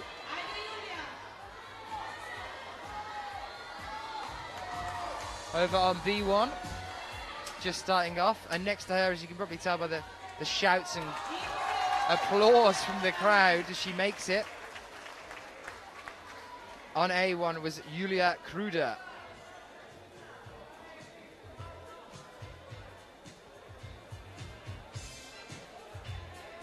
Mariana Fierro, though, on the ground still on B1, 17-year-old athlete. Oaxaca in Mexico. Highest result, 42nd at Female Youth A Lead IFSC World Youth Championships in Singapore, 2012. We were there, down on the beach. So was she. She came 42nd. Michaela Tracy on her final climb for the day, B5, on the far left-hand side of the wall now. Penultimate move. Slowly does it. And there it is, the top at the last. After some really, really tricky problems for her throughout. She didn't look happy at all, as you can see by her reaction when she's got down on B5 just. Even though that was the top for her, she doesn't look happy at all.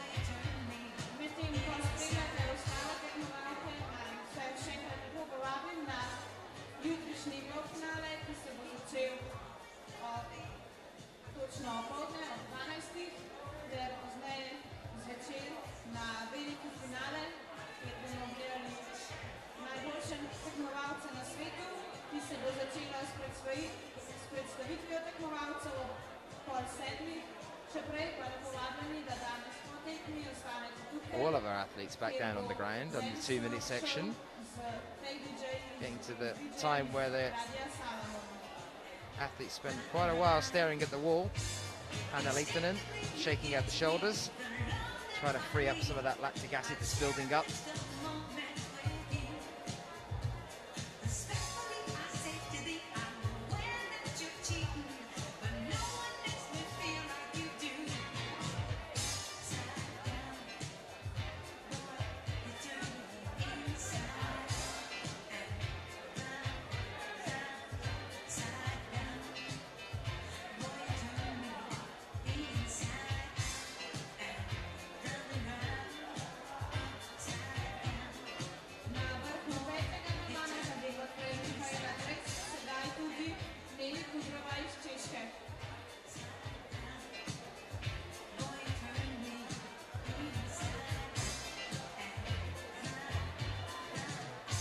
Matt Jenkins, a shout out to you, saying enjoying the IFSC World Cup, good motivation.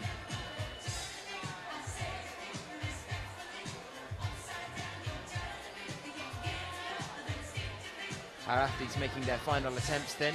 Anja Hodan. She keeps ahead here, she should be good on this one. Just slipping off on the bonus hold. She's definitely got the upper body strength and the shoulder strength to campus up that top section of A4. Shouldn't be a problem for her. Got to get there again now, Anja. 30 seconds. Another one of the competitors from the Tierra Boulder Battle in Sweden just recently. It's a fantastic comp. If you want to find that and have a look at it, you can find it on the 247's page, 247.tv. Type that in on Google and look for Tierra Boulder Battle. Watch the replay of that one there, the event we went out to Sweden to cover just recently. It's a great comp.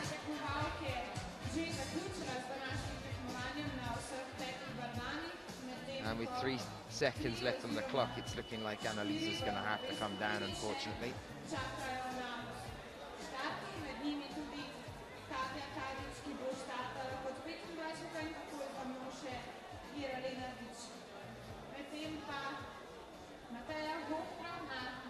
Risa Ota for Japan on B1 right now. 20-year-old athlete from Yamaguchi. Highest result is in the female juniors lead category at the World Youth Championships in Singapore. She came 5th there. Predominantly a lead climber, but we've seen her on the IFSC World Cups as well in 2011. Once here and once in Vienna in 2011. She came 33rd here in Dragomer. She came 43rd in Vienna. We see her on the lead World Cups instead. She makes semis quite often, but no final yet to date. And a Serbian athlete just next to her as well.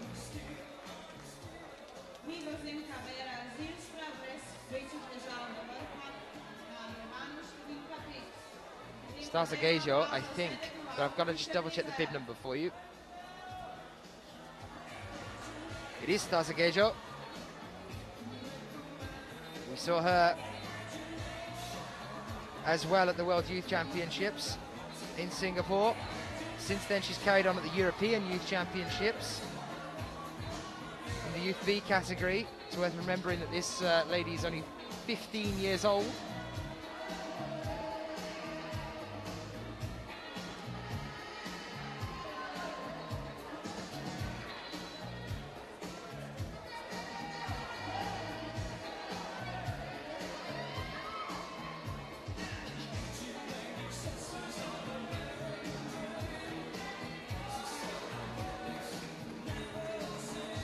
How's everyone doing in the chat room? If you do want to chat to us wherever you are, on YouTube or on the 247 page, or even on the IFSC page, get on to Twitter with us. Use the hashtag IFSCWC and come and send us your thoughts and ideas. We can see them. And we'll have a chat to you guys there. 2 minutes 30 left on the clock.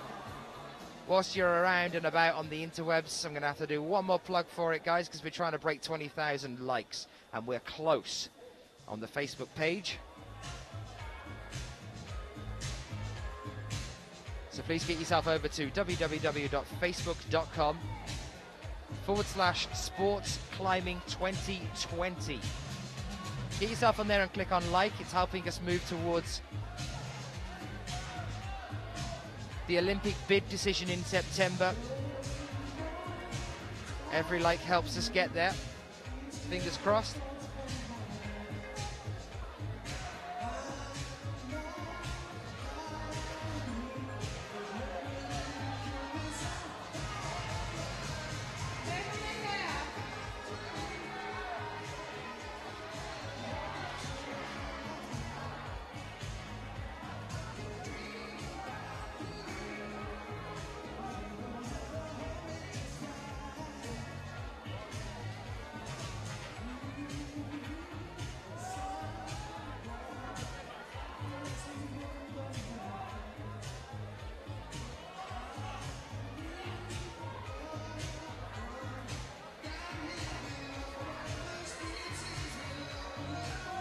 Stars are very, very close there to topping out on A1. Unfortunately, just coming short. 1 minute left.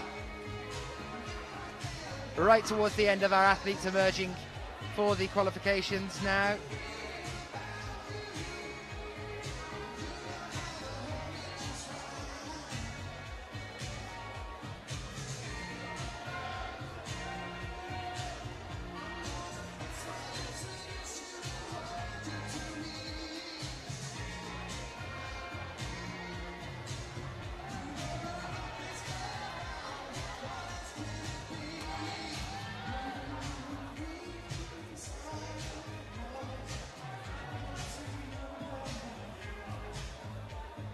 .15 seconds.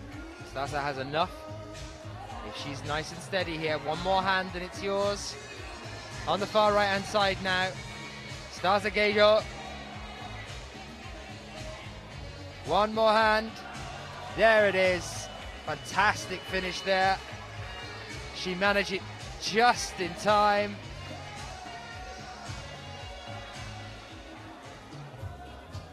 And she's laughing about it now that she's down on the ground.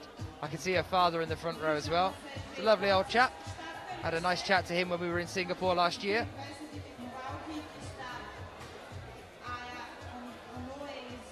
New athletes out now though for us. For Japan, over on B1, we are now looking at Aya Onoe. Aya Onoe, 17 years old, from Saitama, lives in Kawaguchi. Highest ranked result so far to date was 7th at the Female Youth A-Lead World Youth Championships in Singapore. She's also had a 5th at the Asian Youth Championships in Singapore. That was in 2011. And a 5th place at the World Youth Championships in Valence in 2009. So highest recent result to date was Singapore last year. She came 7th. Aya Onoe, you can see her on B1 now. And next to her on A1, another Serbian athlete, number 22, Marija Milosavljevic.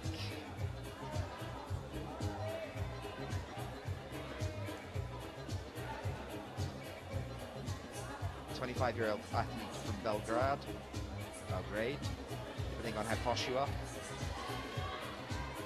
Was here last year in Dragomer. She came 47th. And her highest is 34th at Kran in 2008. Anna Leittonen now over onto B4, the one that's been stumping the athletes all day. Let's see whether Anna can manage it over there then.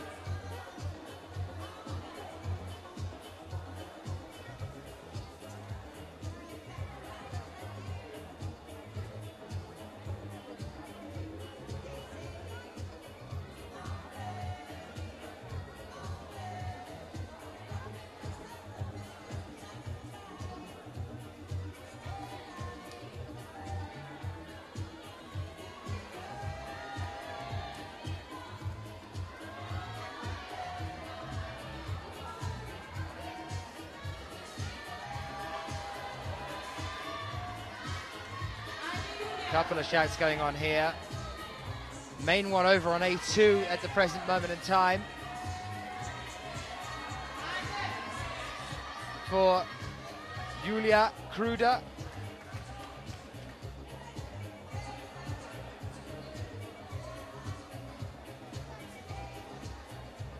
A lot of support, but not getting there. But over on A5, Anya Hoden is one hand away from getting there. And there it is, a top for Anya Hoden to finish the day on. It's nice that we've seen quite a few athletes, even if they've struggled at other points, being able to top out on 5. Nice to give you a boost as an athlete as well. One of the things that Percy Bishton, who's the route setter recently that we were talking to, was saying about setting, was that it's nice sometimes to make sure that there are problems that you can at least do well on. You don't want to set as a route setter, a chief route setter as well. Problems that if you're not at the top rank of athletes, that you're just not going to get off the floor on for a qualifications. You know, obviously for a semi-finals or a finals, they need to be very, very difficult. But for a qualification day, if you are getting some of the younger athletes starting to move into the seniors, or some of the less experienced athletes trying out for the first time, it can be very demoralizing to come out and not be able to even get off the ground. So it's nice that Jackie has obviously taken that into consideration as well here, and he has done a nice spread of some really difficult ones, some easier ones, whilst keeping it fun and interesting to climb at the same time.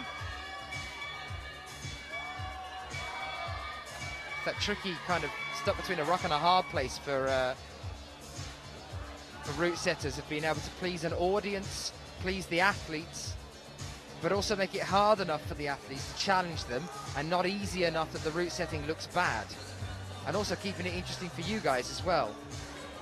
It's a tough job being a route setter.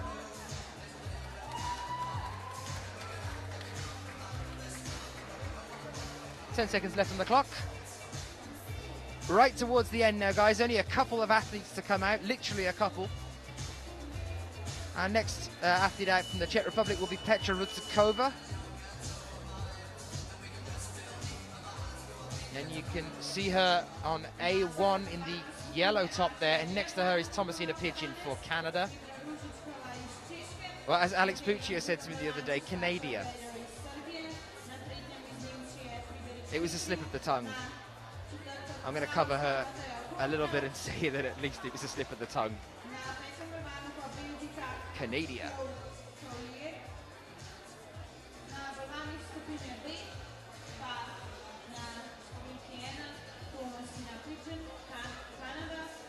Ashley Scott saying it's looking very much like 3 British girls in the semis and 1 in the men's. So good qualifying, guys and girls.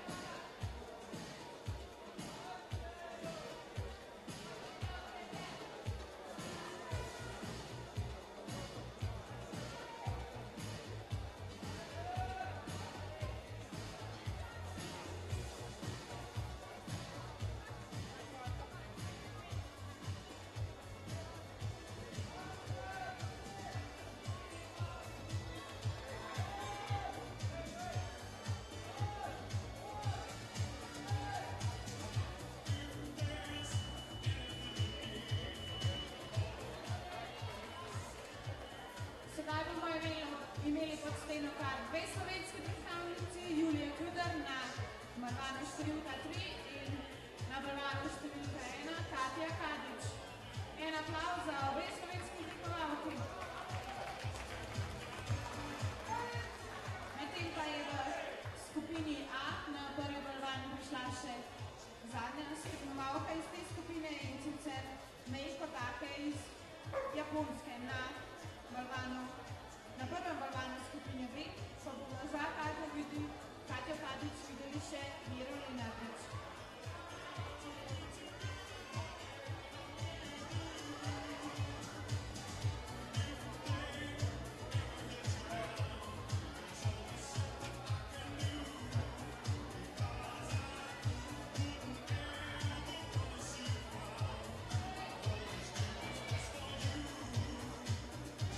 So our last two athletes out then. Jura Ledonik of Slovenia. And just next to her, Mei Kotake of Japan. Over on the far right-hand side of the wall at the moment. Shouts are being made from the home crowd here.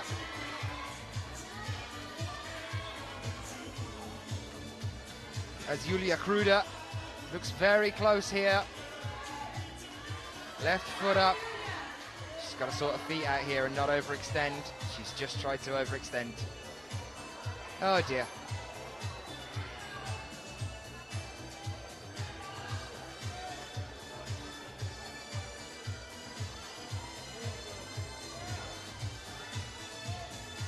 Three minutes left on the clock. And the Lithians' last climb for today over on B5.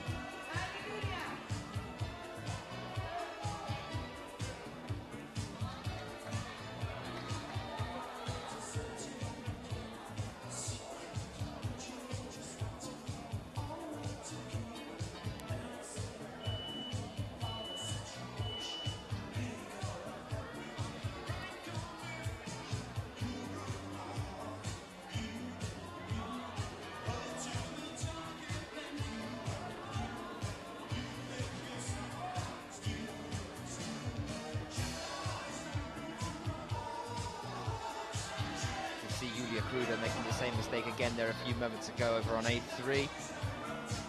30 seconds roughly left on the clock.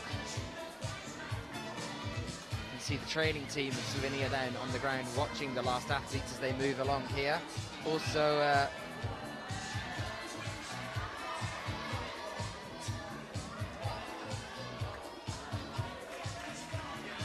Katja Kadic, who's currently out on B1. I do apologise, there is one more to come. Jura Ledonik is not out yet. That's Katja Kadic for Slovenia. I can see Simon and I can see Roman from the coaching team for Slovenia down on the ground. Now we are meeting Jura Ledonik. And now our final climber has emerged for the B group as well as the A group. So now we start to empty the wall, ladies and gents. Warming down to the latter section now. It's unlikely that we're going to get too much of a change in the standings for the semi-finals at present. Unless we have any shock acts. Some of the girls, like I was saying for the men's, it's always nice to have the dark horse appear and shock us, making it through to the semis. Saw it in Vale last year. The last male athlete out made it through to the semis.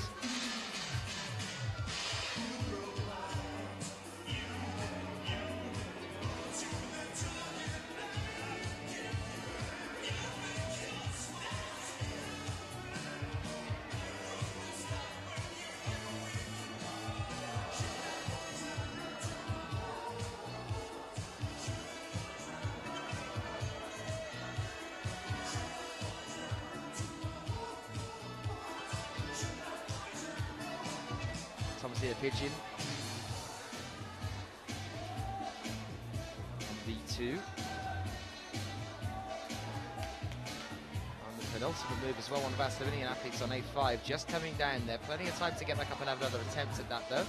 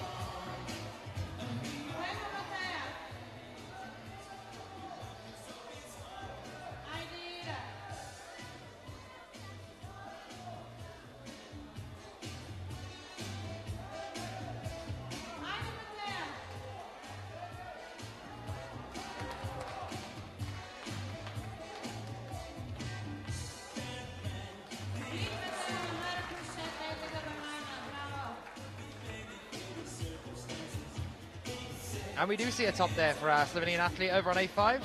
She did have plenty of time and she used it well. Got herself to the top there.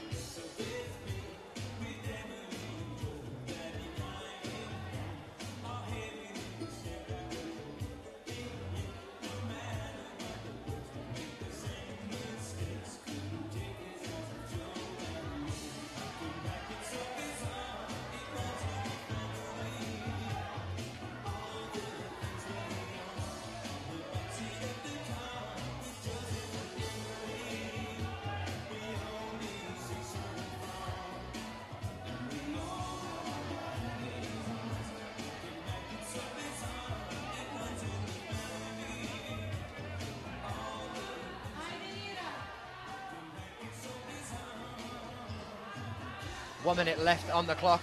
Our athletes starting to run down now. All of our athletes are out. They have appeared and they start now to move along the wall. We finish up for the female qualifications. I've just been over and grabbed very, very briefly Mina Markovic, who's just finished up and she's standing in front of the wall having a watch. Mina, how did you find it? Yeah, I find it quite interesting. It's interesting also to climb home again. Especially first two boulders, it was like little breaking ice, so nice that they were slabs and I could took my time, but with every boulder it was easier, so I find it really nice. You had a really, really good run today, obviously on form and feeling focused and confident. We had the problem recently, you've had a bit of an up and down start to the season. Do you have any idea what you think that might have been? Is that a mental thing? Because obviously you're always in peak physical fitness, because I know what the coaches are like here. They don't ever let up on you. They keep you training. So what do you think it has been? Maybe just the roots, the problems themselves? Maybe at the beginning of the year, yeah, I was a little out of bouldering contest competitions because between lead and boulder bouldering, it wasn't such a long break. But what I think most is that, as you said, all the year I've been really strong and my fitness was never a problem. But I didn't climb like I'm strong at the beginning of the year, so I wanted to pull out the holds out of the wall and climb without any feeling, so it was impossible to finish the boulders. So yeah, maybe I just needed some time, and I'm looking forward that now that this thing is fixed. Well, we know that you like climbing on Jackie's walls because you took gold here last year, and that was Jackie. You had your home turf and Jackie, and now again you've got your home turf and Jackie back. So as the defending champion of Log Dragomer, how are you feeling about this comp? Yeah, sure. It's every time excited when I think about last year, and I know it's really big challenge to repeat it. So I'm just looking to climb my best and really to show that I'm well prepared. So that's my main goal. You've got a huge amount of support from everyone here, obviously, in front of the home crowd. They're all really rooting for you. You can just watch them all migrating along the wall as you move along. The whole crowd moves with you, and it's shouting and cheering. We always get a packed crowd here as well. What is it like to take gold in front of a home crowd? How is that feeling? Yeah, it's definitely crazy and really nice feeling. So it's also nice that public support you and you can feel this energy. So this part is really nice, but I just hope that people don't maybe expect it now too much, and it's everyday usual that I'm just winning and hope, because you still need to climb really well. But don't get me wrong, I believe I can climb really well. No, absolutely. What about talking about moving into the lead season as well, and the training? I know you do a lot of training on boulder walls for the lead season as well, and tend to run circuits. But have you now got, you're working on a lead wall now, is it, in Slovenia? Yeah, I started a little bit on lead, but definitely the main part is still coming. So I think there's still enough time to prepare to really good for lead. Mina, thank you. I wish you all the best for the comp. Thank you.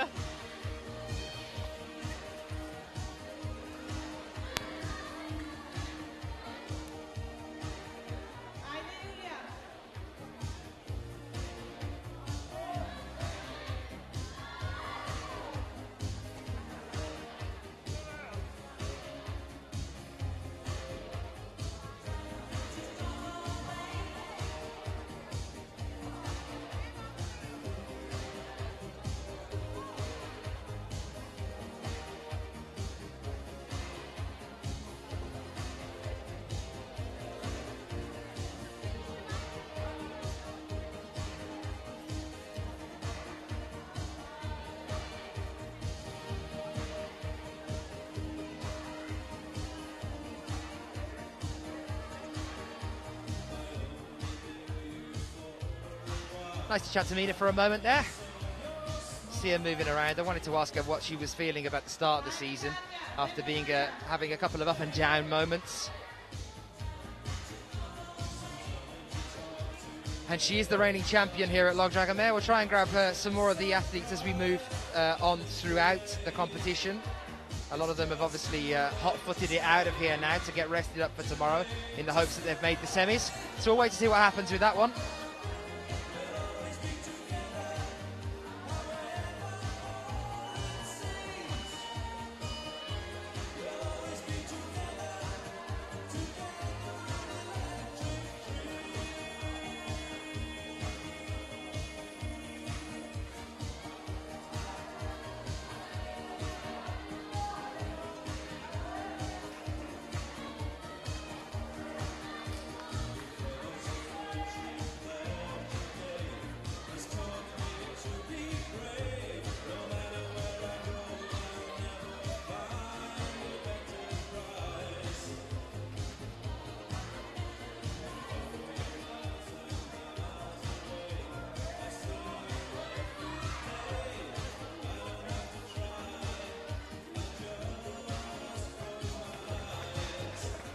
Seconds. Starting to break down the wall then, guys, and then the route setters will go crazy over the next few hours through the night. We're working late into the night anyway to make sure everything's ready for the semi-finals and they feel comfortable with everything. Jackie outside a few moments ago taking a brief break before he gets the team back together when the girls have wrapped up in a few moments' time. Really into the last half an hour or so now as we break down the rest of the wall. Hopefully you've enjoyed the coverage. Once again, an apology for the one cam. We've done our best as much as we can, but that's out of our hands, I'm afraid. We've had technical incident, malfunction in some equipment. I can tell you that that equipment has arrived and it is being set up as we speak, so hopefully tomorrow all back to normal for the semis and the finals.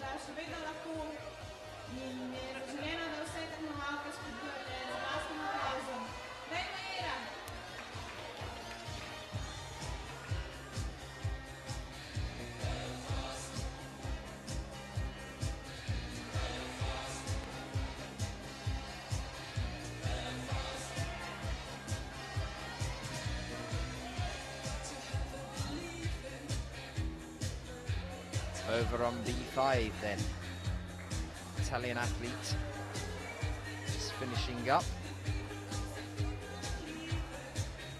Elisa De Marco.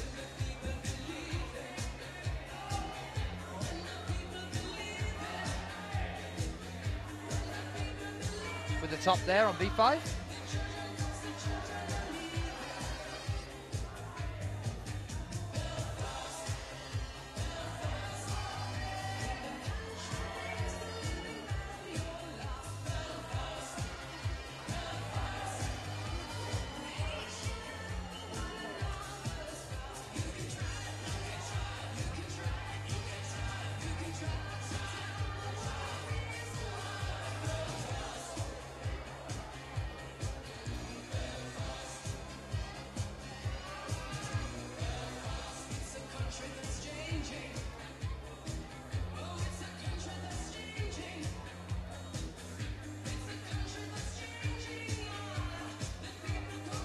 Thomasina Pigeon we see on the lead circuit quite often, travels with her little daughter for Canada, over on B3 at the moment now. Very committed athlete in terms of making sure that she shows up for as many as she can.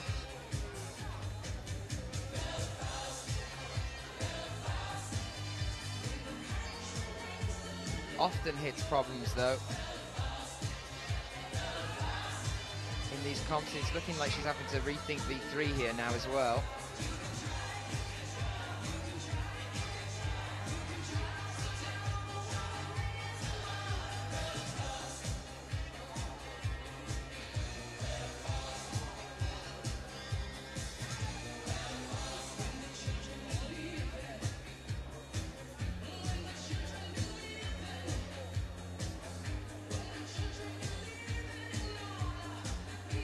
Starts up, back down on the ground as well, over on A4. Can't quite make that swing out into the pocket halfway up.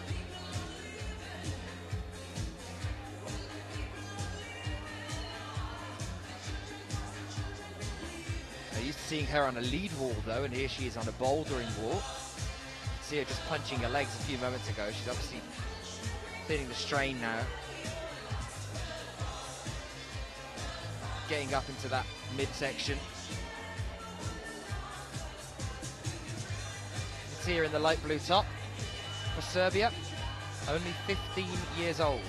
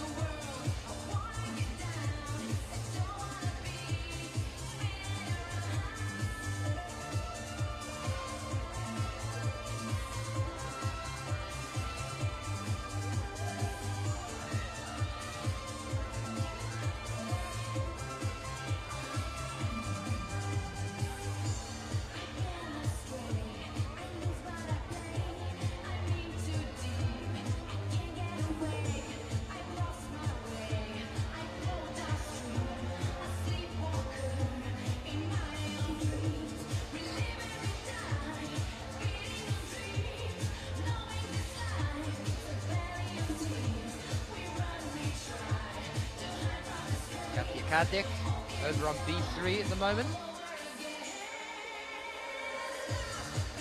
Making a start to those volumes for Slovenia. And her teammate just finishing up a little bit further along. Over on A5, Julia Kruder.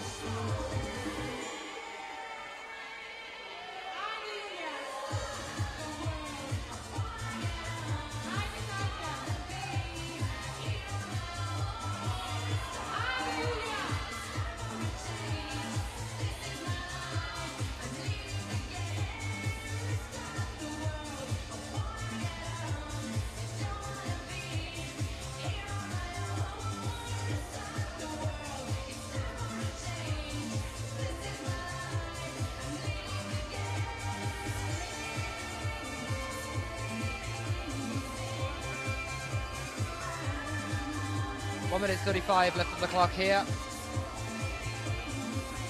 Still 5 athletes left out on the wall. Last climb today for our female Mexican athletes. Over on B5, Mariana Fierro.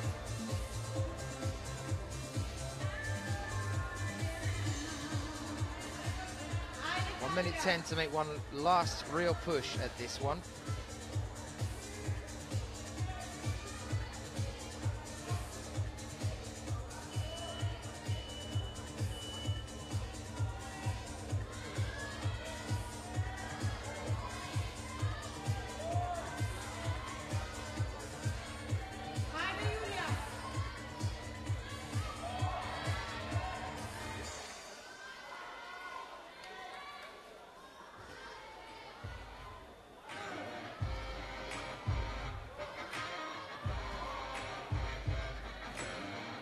It's looking like some of these younger athletes are starting to get a little bit tired now moving through the qualifications.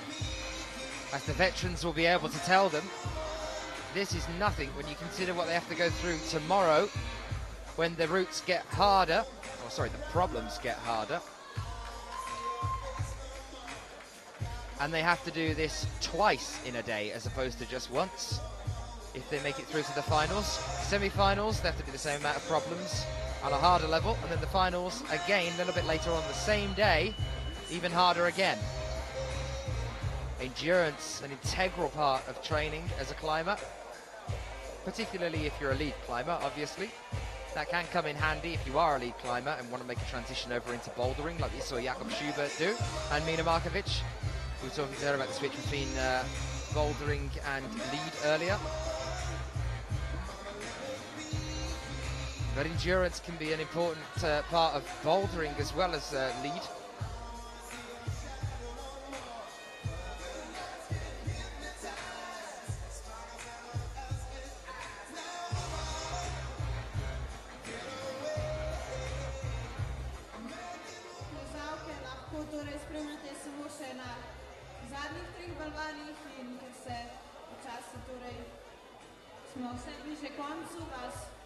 Naj vas ponovno povabim na dance show, in kjer bo musko vrtel tej DJ in se bo začelo že o 8:30, torej drugače kot je bilo sprva načrtovano.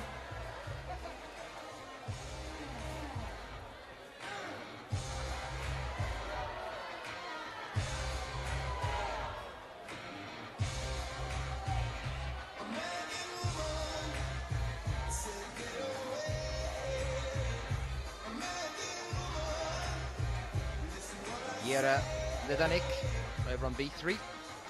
She looks like she's feeling it as well now. Petra Rudzikova next to her for the Czech Republic on A4. Further in, Thomasina Pigeon from Canada.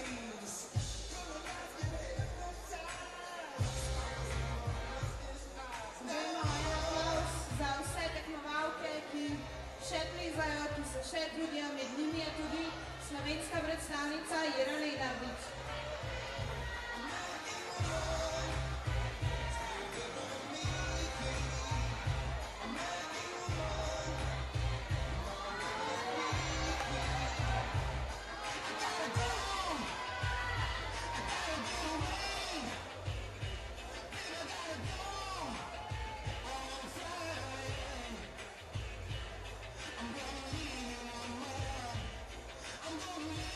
It's looking like we're due to see some rain again here this evening.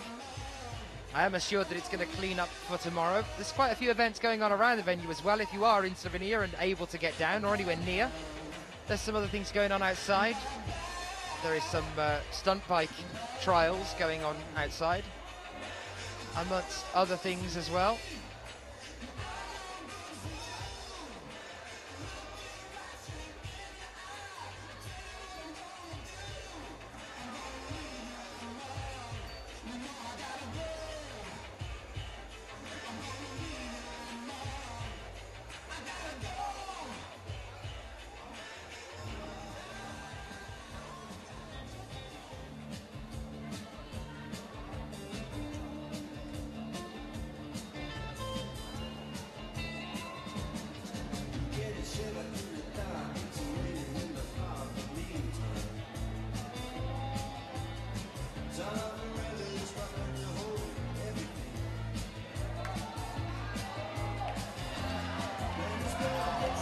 And this is the best that we've seen so far for our final athlete of the day. Moving out, Jera Ledonik. She's managed the penultimate hold. The crowd are keeping her there by the sound of things. And just unfortunately not quite enough to get her to the final top there. She's still got a minute. There's enough time now for one more attempt at this one, Jera. For Slovenia, the crowd were really behind her then. The last few moves.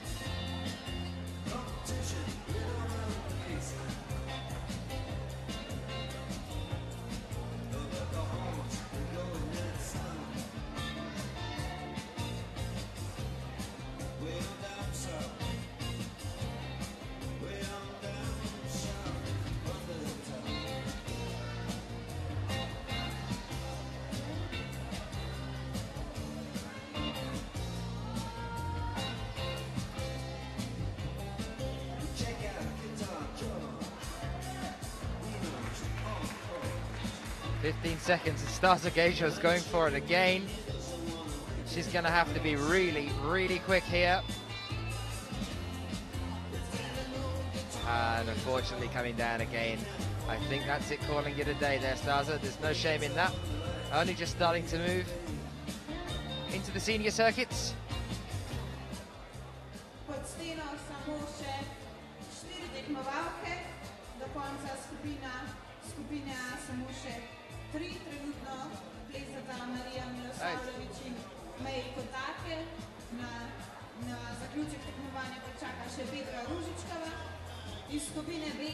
Four minutes 33. A new turnaround.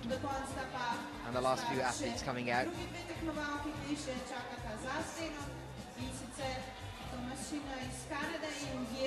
Meikotake over on A4 at the present. It's been called down again for a false start there. Another 15-year-old athlete. She was in the female youth B lead category in Singapore in 2011. So not last year, the year before that, at the Asian Youth Championships. And she took a silver medal there. Which is not bad at all for 15 years old. That was 2 years ago as well, remember, so she was 13 at the time. Not unusual to see climbers starting to go into competitions that early.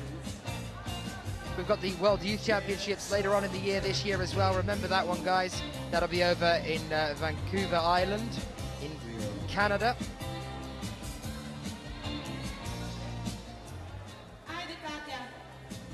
We'll be covering that for you on the same channel. It's always worth checking in on us with that one. We're there for 5 days because there are that many athletes to get through. But it promises to be a fantastic comp like Singapore was last year.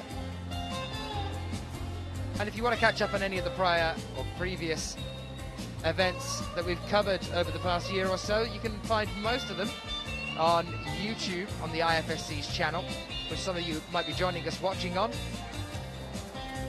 And you can re-watch as much as you like. There's some classic finals on there as well. See for yourself the kind of excitement that we're used to seeing as we move through to the semis and to the finals at these competitions.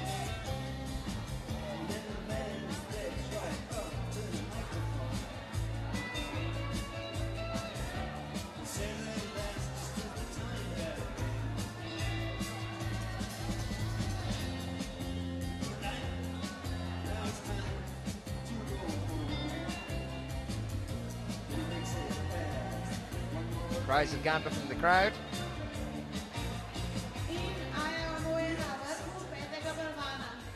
Ayaonoe makes the top there on B5, her final climb for the day.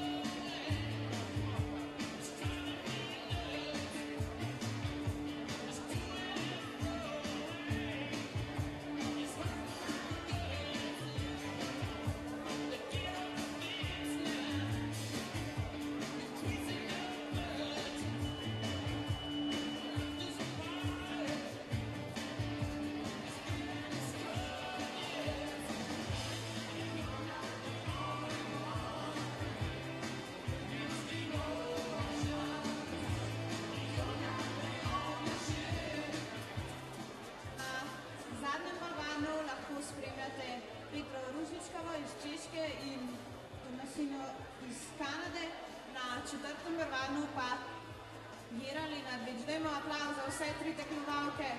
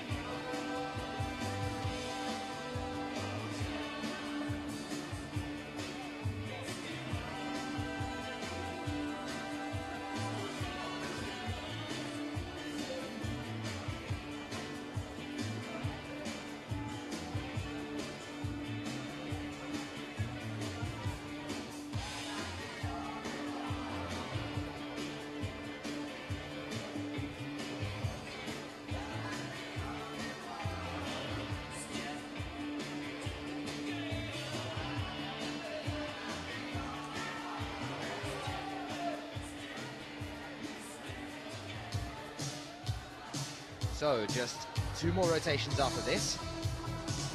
That is Yera Ledonik now out on B4. And once she climbs B5, we are finished for the women's qualifications today. Just been speaking to French coach, Rémi.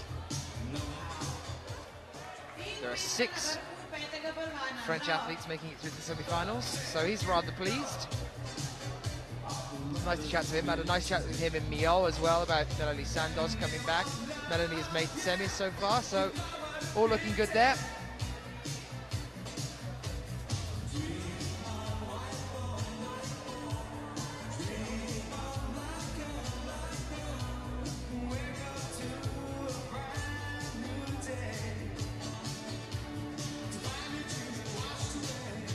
Minute 25 left on the clock. Is Thomas Hida pitching going to be able to top out on B5 and finish on a high at least?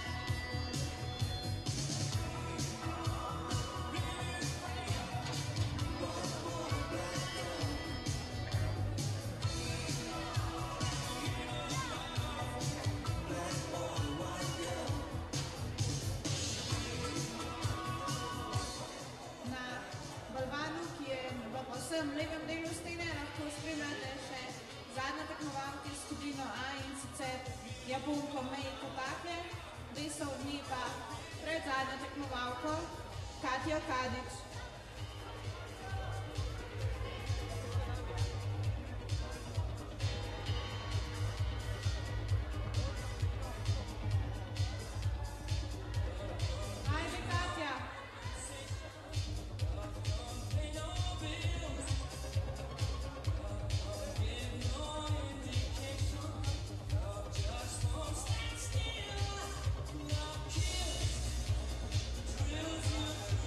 Katja Kadić, a penultimate Slovenian athlete, trying on B5 now.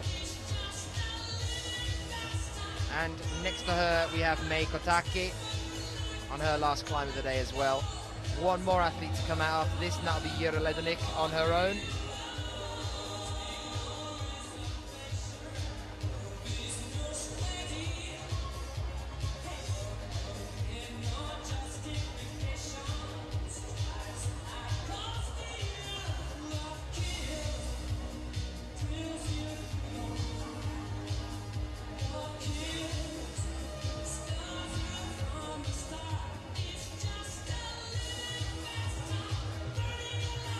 Three minutes left on the clock for these two athletes now.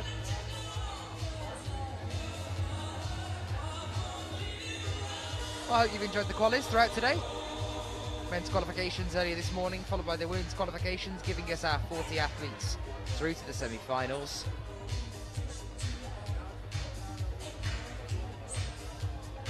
A more traditional semi-final breakdown by the look of things at the present. Athletes to be used to seeing as well. Mixed start for the first 3 World Cups.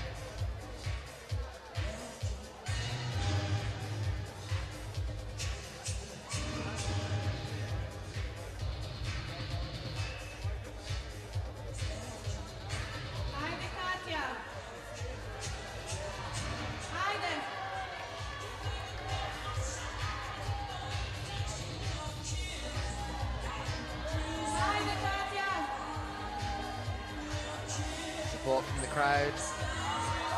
She slips, but she manages to hold the sloper. 2 hands on. Is she going to finish on a bang in front of the home crowd?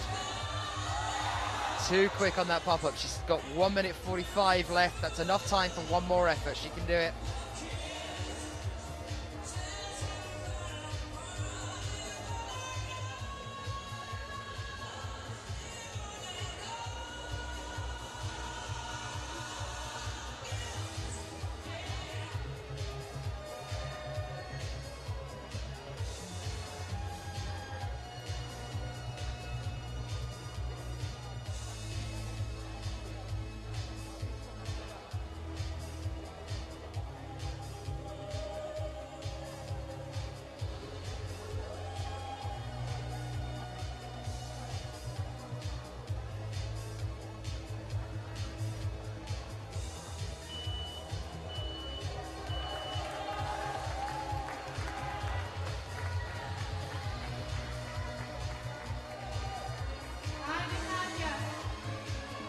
Well, after a moment of being down on the floor and considering whether to try again, she is now trying again. 40 seconds. Enough for one more. The crowd are encouraging her, telling her to try again and keep trying.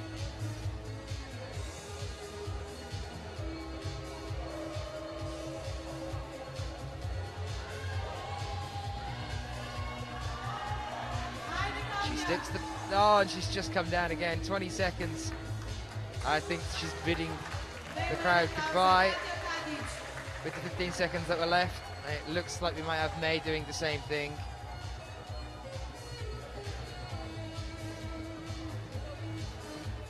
Yep, May Takate doing the same thing. So now our last 5 minutes belong solely to our final climber from Slovenia, Jera Lenardic.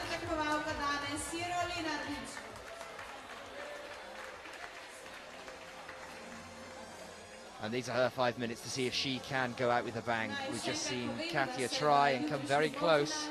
It'd be nice to finish on a high.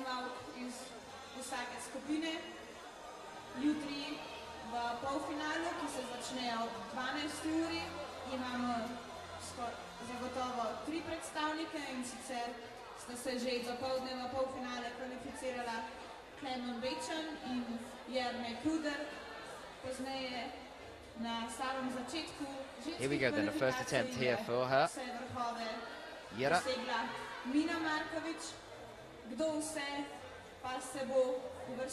That's okay, it's taken a few of the later climbers, a couple of attempts to figure out exactly how they're going to go from the start holds up to the bonus. That's the first difficult part. The second difficult part is past the sloper, getting into that pocket at the very top. She's got 3 minutes 45 in which to do it. Jera from Slovenia. Home crowd still gathered around here to watch her. 17-year-old athlete from Kran.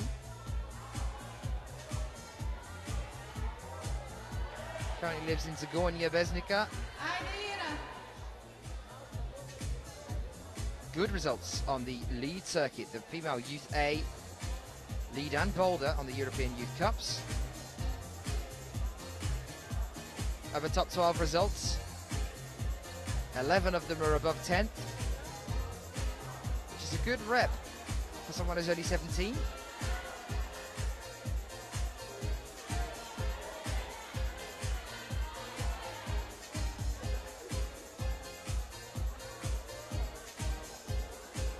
Less than 3 minutes now then.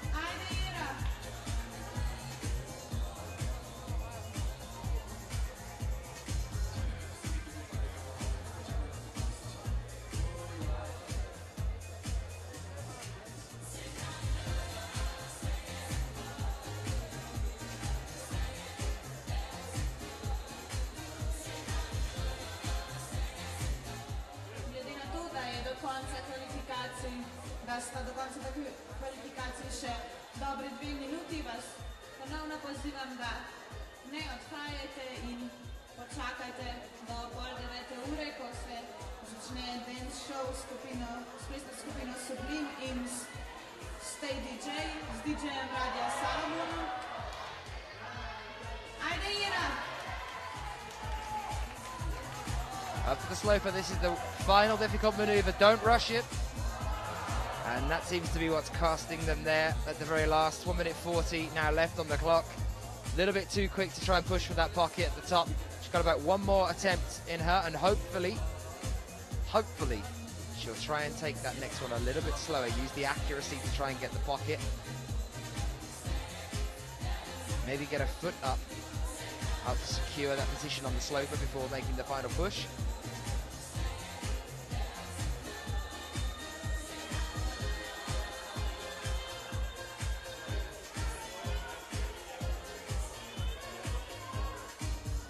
Ajde Ira!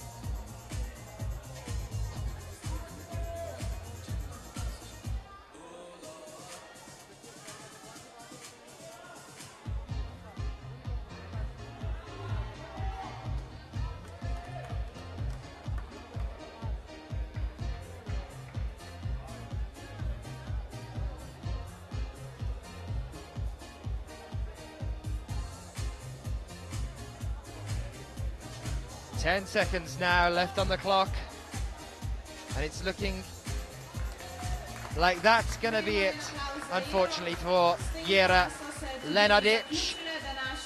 So, ladies and gentlemen, that concludes the end of the women's qualifications here in Log Dragomer 2013, our 4th IFSC Bouldering World Cup. But not to worry, we will be back tomorrow for the semi-finals. We have our 40 athletes, 20 men and 20 women, and we'll be back again with that tomorrow. Thank you very much for being with us, from all of us here. A good evening to you, and we'll see you soon. Good night.